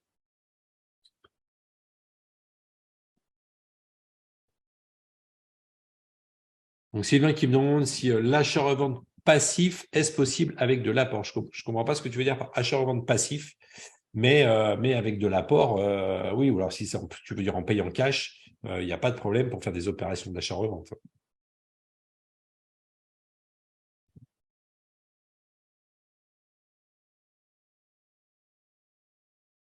Donc, Sonia qui me dit, voilà, je suis en train d'acheter un appartement pour faire de la colocation, mais pensez-vous qu'il serait plus judicieux de faire de l'achat-revente en sachant qu'il y aura des travaux à faire? C'est à voir. C'est à voir combien tu achètes, à combien il va te revenir avec les travaux, combien tu pourras le revendre après, ou après, je vous expliquerai dans les jours à venir aussi. Je vous expliquerai demain, puisque je vais vous présenter les biens, la stratégie que tu pourrais utiliser pour ça. Donc, Sonia, sois bien là demain. Je répondrai, tu auras la réponse à ta question précise avec des cas concrets, puisque demain, je ne vais pas m'étaler ici, mais demain, je vous expliquerai les stratégies pour vous garantir de faire des belles rentabilités en revendant des biens plus chers. Comment revendre des biens plus chers grâce à la mise en location. Voilà, je t'en donne un petit bout là.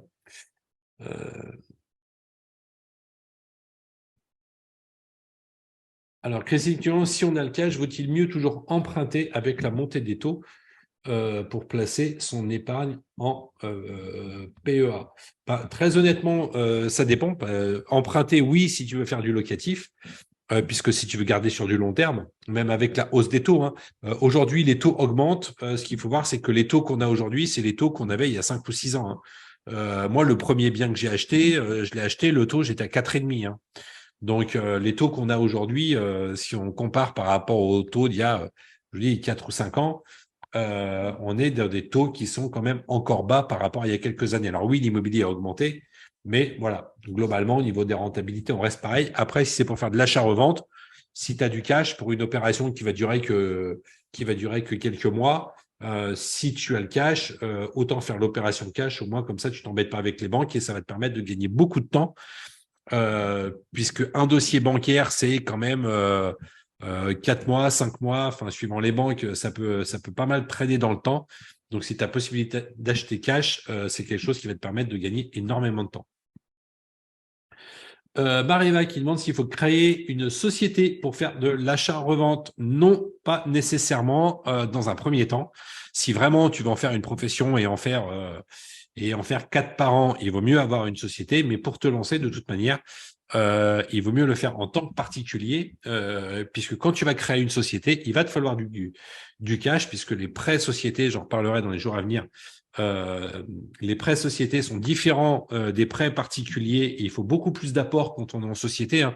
Société, c'est en moyenne 30% d'apport hein, sur le prix du bien, plus les frais. Donc, en gros, voilà, il y a des gros frais, une grosse trésorerie à avoir en société. Et pour avoir cette trésorerie, donc, il vaut mieux faire les opérations en tant que particulier. Tu te crées la trésorerie. Et une fois que tu as créé cette trésorerie, tu crées ta société avec l'argent que tu as gagné avec tes premières opérations. Et là, ensuite, tu vas pouvoir enchaîner. Ça suit avec la capitale, la question pardon, de Tan Van Nguyen, excuse-moi si j'écorche ton nom. Il faut combien de capital de départ? Je dirais qu'avec à moins de 50 000 euros de départ, c'est compliqué puisque entre 30 et 50 000 euros, je dirais, de capital de départ pour faire des opérations en société, puisque tu as les frais de création de société et en plus, derrière, il va falloir de l'apport au niveau des banques sur les premières opérations. Donc, c'est pour ça que cet apport, on va le générer principalement en faisant des premières opérations en tant que particulier.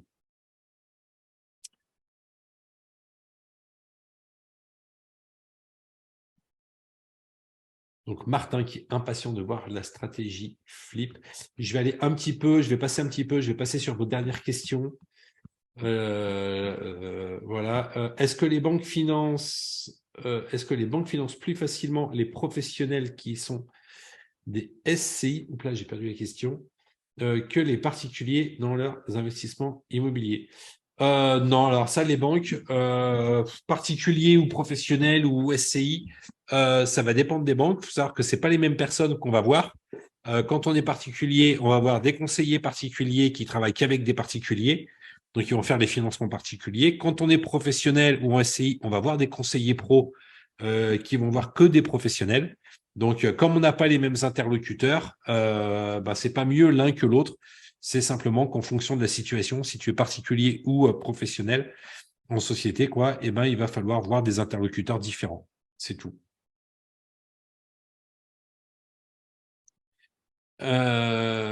Donc GG qui dit en tant que particulier, on aura la plus-value si c'est pas notre résidence principale. Ça dépend. Il y a des cas où on peut être exonéré de plus-value. On a quelques-uns. Je vous en reparlerai aussi dans les jours à venir.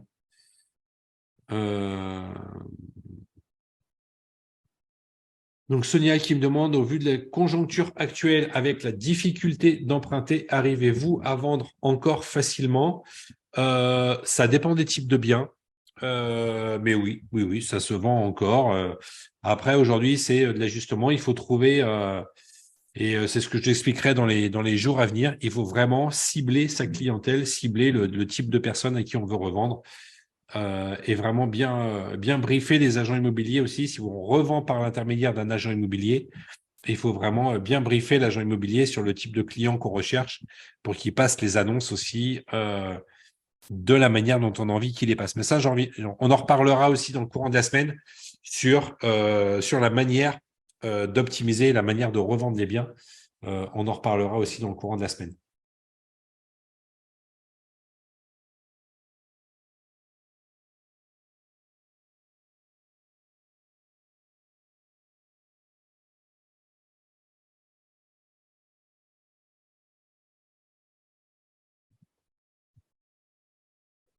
Donc Sylvain qui me dit le marchand de biens trouve le bien et j'investis avec lui, j'investis l'argent à la place de la banque et je prends ma plus-value à la revente. Est-ce possible? Oui, c'est tout à fait possible.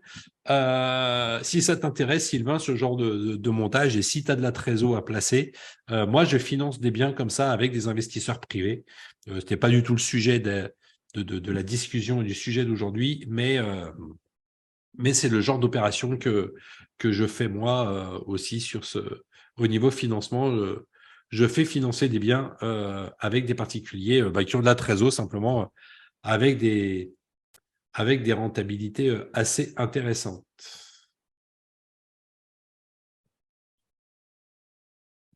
Alors, je suis en train de remonter un petit peu parce que là, je suis reparti de la fin. Il y a risque de passer marchand de biens. Non, pas si on fait bien les choses. Moi, j'ai revendu beaucoup de biens en étant particulier et je ne suis pas passé marchand de biens. Je suis devenu volontairement marchand de biens ensuite pour pouvoir cumuler des opérations. Mais en tant que particulier, on peut le faire, hein, il n'y a pas de problème. Simplement, il y a des bonnes pratiques, il y a des choses qu'il faut absolument éviter. Et c'est pour ça que je suis là pour vous en parler. On en parlera aussi dans les jours à venir. Il y a des choses qu'il ne faut surtout pas faire quand on veut faire de l'investissement, des opérations d'achat-revente en tant que particulier. Il y a des choses qu'on peut faire tranquillement, mais il y a des choses à éviter. Et il y a aussi une préparation à avoir justement pour pouvoir répondre au niveau fiscal si jamais on nous demande pourquoi on a fait ça.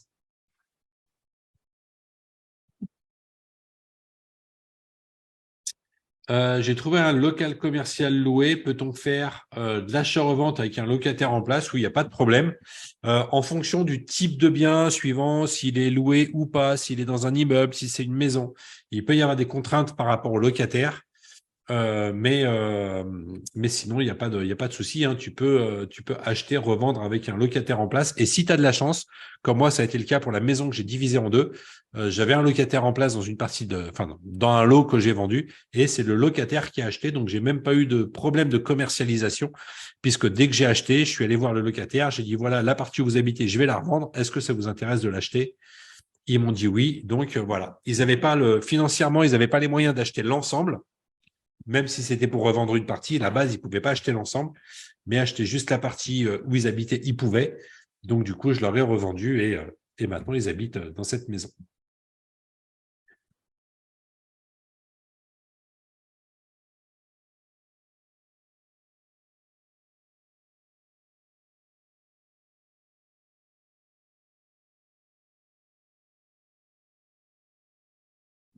Donc, Mortelier qui me demande s'il peut revendre un bien qui est acheté en loi d'Eurobien avant la fin des 12 ans. Alors, tout ce qui est programme de défiscalisation, que ce soit d'Eurobien ou Pinel, honnêtement, je ne connais pas trop. Mais globalement, ça, je ne pense pas, puisque je crois que si tu revends avant la fin de la période pour laquelle tu t'es engagé, tu perds ton avantage fiscal et en gros, tout ce que tu as gagné fiscalement, eh bien, tu vas devoir le restituer à l'État, puisque tu n'auras pas tenu tes engagements jusqu'au bout. Donc, à mon sens, il vaut mieux garder jusqu'à la fin des 12 ans, même si des fois, malheureusement, tu es un petit peu coincé. Mais si jamais tu arrêtes avant, eh bien, tu vas avoir des pénalités au niveau de l'avantage fiscal que tu avais eu.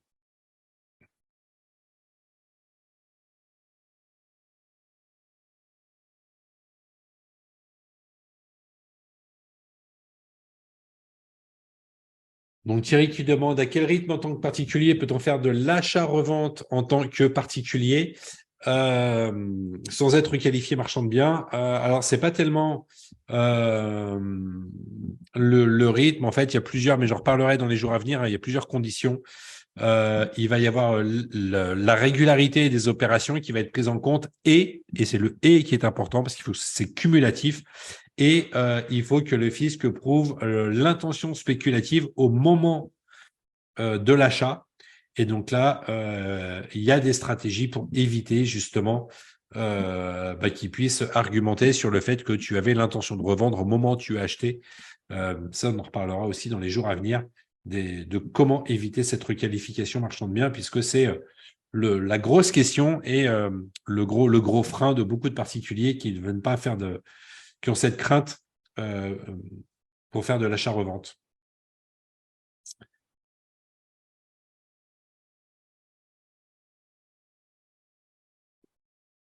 Donc Florence qui me demande, voilà, peut-on revendre des biens personnels à une SARL de famille pour récupérer la trésorerie? Alors tu peux tout à fait le faire. La problématique, c'est qu'il va y avoir, ça va être le souci du financement. Légalement, tu as tout à fait le droit de le faire. Une SARL de famille peut emprunter pour te racheter un bien qui t'appartient à toi-même, puisque toi, tu es propriétaire du bien en tant que particulier. Et la SARL, c'est une personne morale, hein, donc c'est une autre personne qui t'achèterait ton bien. Par contre, si c'est une SARL dans laquelle tu es actionnaire majoritaire et que le bien t'appartient à toi, les banques n'aiment pas financer ce genre d'opération. Donc, techniquement, c'est faisable. Légalement, c'est faisable. C'est juste que au niveau financement, c'est compliqué puisque les banques n'aiment pas. Moi, j'ai failli le faire, mais là, finalement, j'ai vendu le bien. J'ai failli le faire pour me racheter un bien moi-même. Enfin, ma société détient un appartement qui est très rentable au niveau locatif, puisque là, je l'ai mis en location au temps de la vente. Et j'ai dit, si jamais ça traîne au niveau de la vente, je me suis même posé la question, j'ai dit, tiens, je pourrais me le garder pour moi perso, ou me le revendre à une autre société, à une SCI par exemple. Globalement, j'ai fait le tour, bon, j'ai pas trop cherché, mais j'ai fait le tour de quelques banques que je connais, demandé à des courtiers également. En gros, les banques ne veulent pas puisque aujourd'hui, c'est ma société qui revendrait le bien à une autre société qui m'appartient et les banques n'aiment pas financer ce genre d'opération. Donc, techniquement, c'est faisable, mais difficilement finançable. Voilà, les amis. Alors, à moins que j'ai loupé des choses, je crois que j'ai fait le plus gros des questions. Tac, tac, tac. Attends, 50, j'essaie de voir par rapport à l'heure.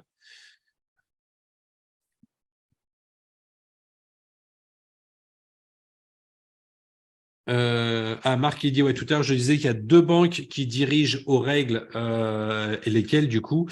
Donc, ces 2 banques, alors, je dis pas que c'est dans toutes les agences, que c'est partout. Moi, les connaissances que j'ai eues qui ont dérogé à ces règles, il y en a qui étaient à la caisse d'épargne et d'autres au Crédit Agricole. Les 2 sont en région lyonnaise. Ce qu'il y a, c'est que ici, sur la région dans laquelle je suis, on a déjà 2 caisses de Crédit Agricole, puisqu'on a le Crédit Agricole Centre-Est et Crédit Agricole Sud-Rhône-Alpes.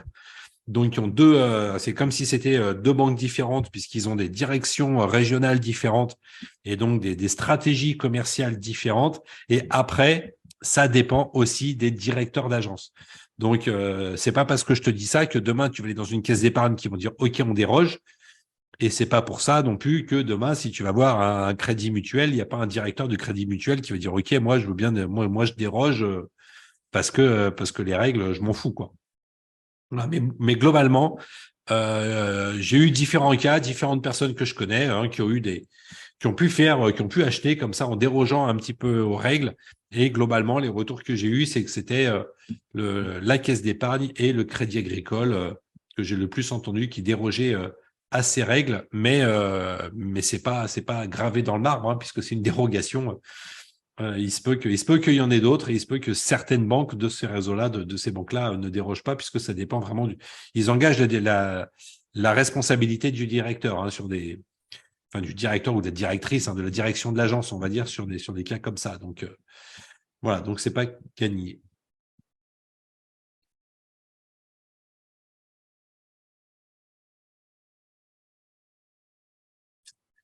Donc, Nico et Suzanne qui me demandent, avec la période où les banques ont fermé les robinets, cela ne pourrait pas avoir une incidence pour la revente des projets. Est-ce que, du coup, tu baisses tes marges? Alors, je baisse pas mes marges, puisque de toute façon, en tant que société, tu es obligé de garder quand même certaines marges. Je ne baisse pas mes marges, je ne baisse pas mes prix. Simplement, je change comment dire, de profil de client. Voilà, je ne cherche pas à vendre maintenant mes biens au même type de client qu'avant. Globalement, aujourd'hui, on voit que ce qui est le plus difficile, c'est de revendre à des investisseurs, puisque les investisseurs ont plusieurs biens et donc des taux d'endettement généralement qui sont élevés. Par contre, il va être plus facile de revendre des biens en tant que résidence principale aujourd'hui, puisque les dérogations, etc., sont plus pour de la résidence principale. Donc, avant, j'achetais des biens, comme je vous l'ai montré, les quelques opérations que j'ai faites, avec des biens meublés, etc. Je revendais mes biens à des investisseurs. Là, je suis en train d'en vendre un actuellement aussi à un investisseur qui fait une très belle affaire avec un bien qui est très rentable. Mais globalement, maintenant, je recherche plutôt des biens que je vais revendre en tant que résidence principale, puisque les banques vont favoriser le financement des résidences principales. Et tant qu'à faire, je vais essayer d'aller sur du haut de gamme, puisque plus on va sur du haut de gamme, moins il y a de problèmes de financement, puisque les gens qui achètent des biens haut de gamme, c'est des biens chers, c'est des gens qui ont de l'argent, et il y a plus les biens sont chers, moins il y a de problèmes de financement. Je prends souvent une comparaison avec l'automobile. Il va y avoir plus de problèmes de financement chez les clients qui vont chez Peugeot plutôt que de problèmes de financement chez les clients qui vont chez Lamborghini. Voilà, quelqu'un qui va acheter une Lamborghini, généralement, il a l'argent pour l'acheter. Donc, la voiture est très chère, mais il n'y a pas de problème de financement. Quelqu'un qui veut acheter une Peugeot 3008, des fois, pour obtenir le financement de sa 3008, ça peut être compliqué puisque c'est monsieur, madame, tout le monde, quoi. Donc, c'est pour ça que, tant qu'à faire, je vais chercher l'haut de gamme, vendre des appartements haut de gamme et chers, de manière à changer de type de clientèle et aller vers une clientèle qui a moins de problèmes de financement. Voilà, ça fait partie des stratégies. Alors, moi, c'est la mienne. Ça dépend des régions où on est, ça dépend du type de clientèle qu'on veut avoir. Mais voilà, donc c'est une stratégie qui peut être mise en place, mais forcément, ça ne se fait pas n'importe où, ni avec n'importe quel type de bien, quoi. Donc globalement, je ne baisse pas mes marges et la revente des projets se fait toujours. Ça peut être un petit peu plus long, hein, ça peut être amené à être un petit peu plus long, la revente des projets, mais globalement, ça se passe bien. Bon, voilà. 20h58, ça va faire 2 heures qu'on est ensemble, les amis. Je pense qu'on va clôturer.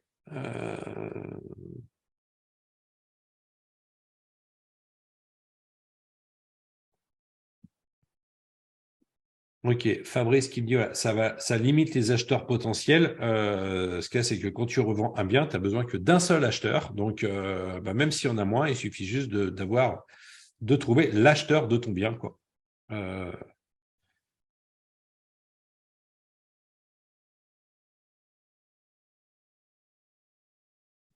Ok. Bon, merci les amis. On va clôturer là pour ce soir. Vous êtes encore nombreux. En tout cas, merci à tous d'avoir suivi ce premier live.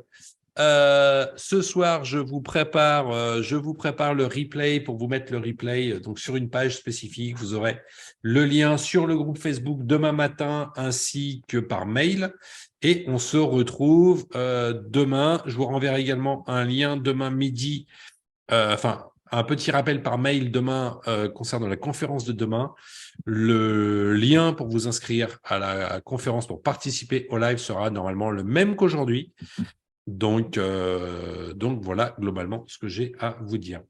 Voilà. Merci à tous en tout cas d'avoir été présents pour ce direct. On a passé 2 heures pile ensemble. Merci à tous de votre présence. Encore beaucoup de choses demain. Je répondrai encore à toutes vos questions demain. Je vais reprendre ici vos questions de manière à anticiper aussi, amener quelques réponses complémentaires demain. Voilà, c'est l'intérêt du live, c'est que je peux vraiment interagir avec vous, avec vos questions et vous amener les meilleures réponses que je puisse vous apporter. J'ai hâte de vous retrouver demain. On remet ça. D'ici là, merci encore. Je vous souhaite une excellente soirée. Reprenez vos hôtes et je vous souhaite une excellente soirée et à demain. Merci à tous. Ciao, ciao.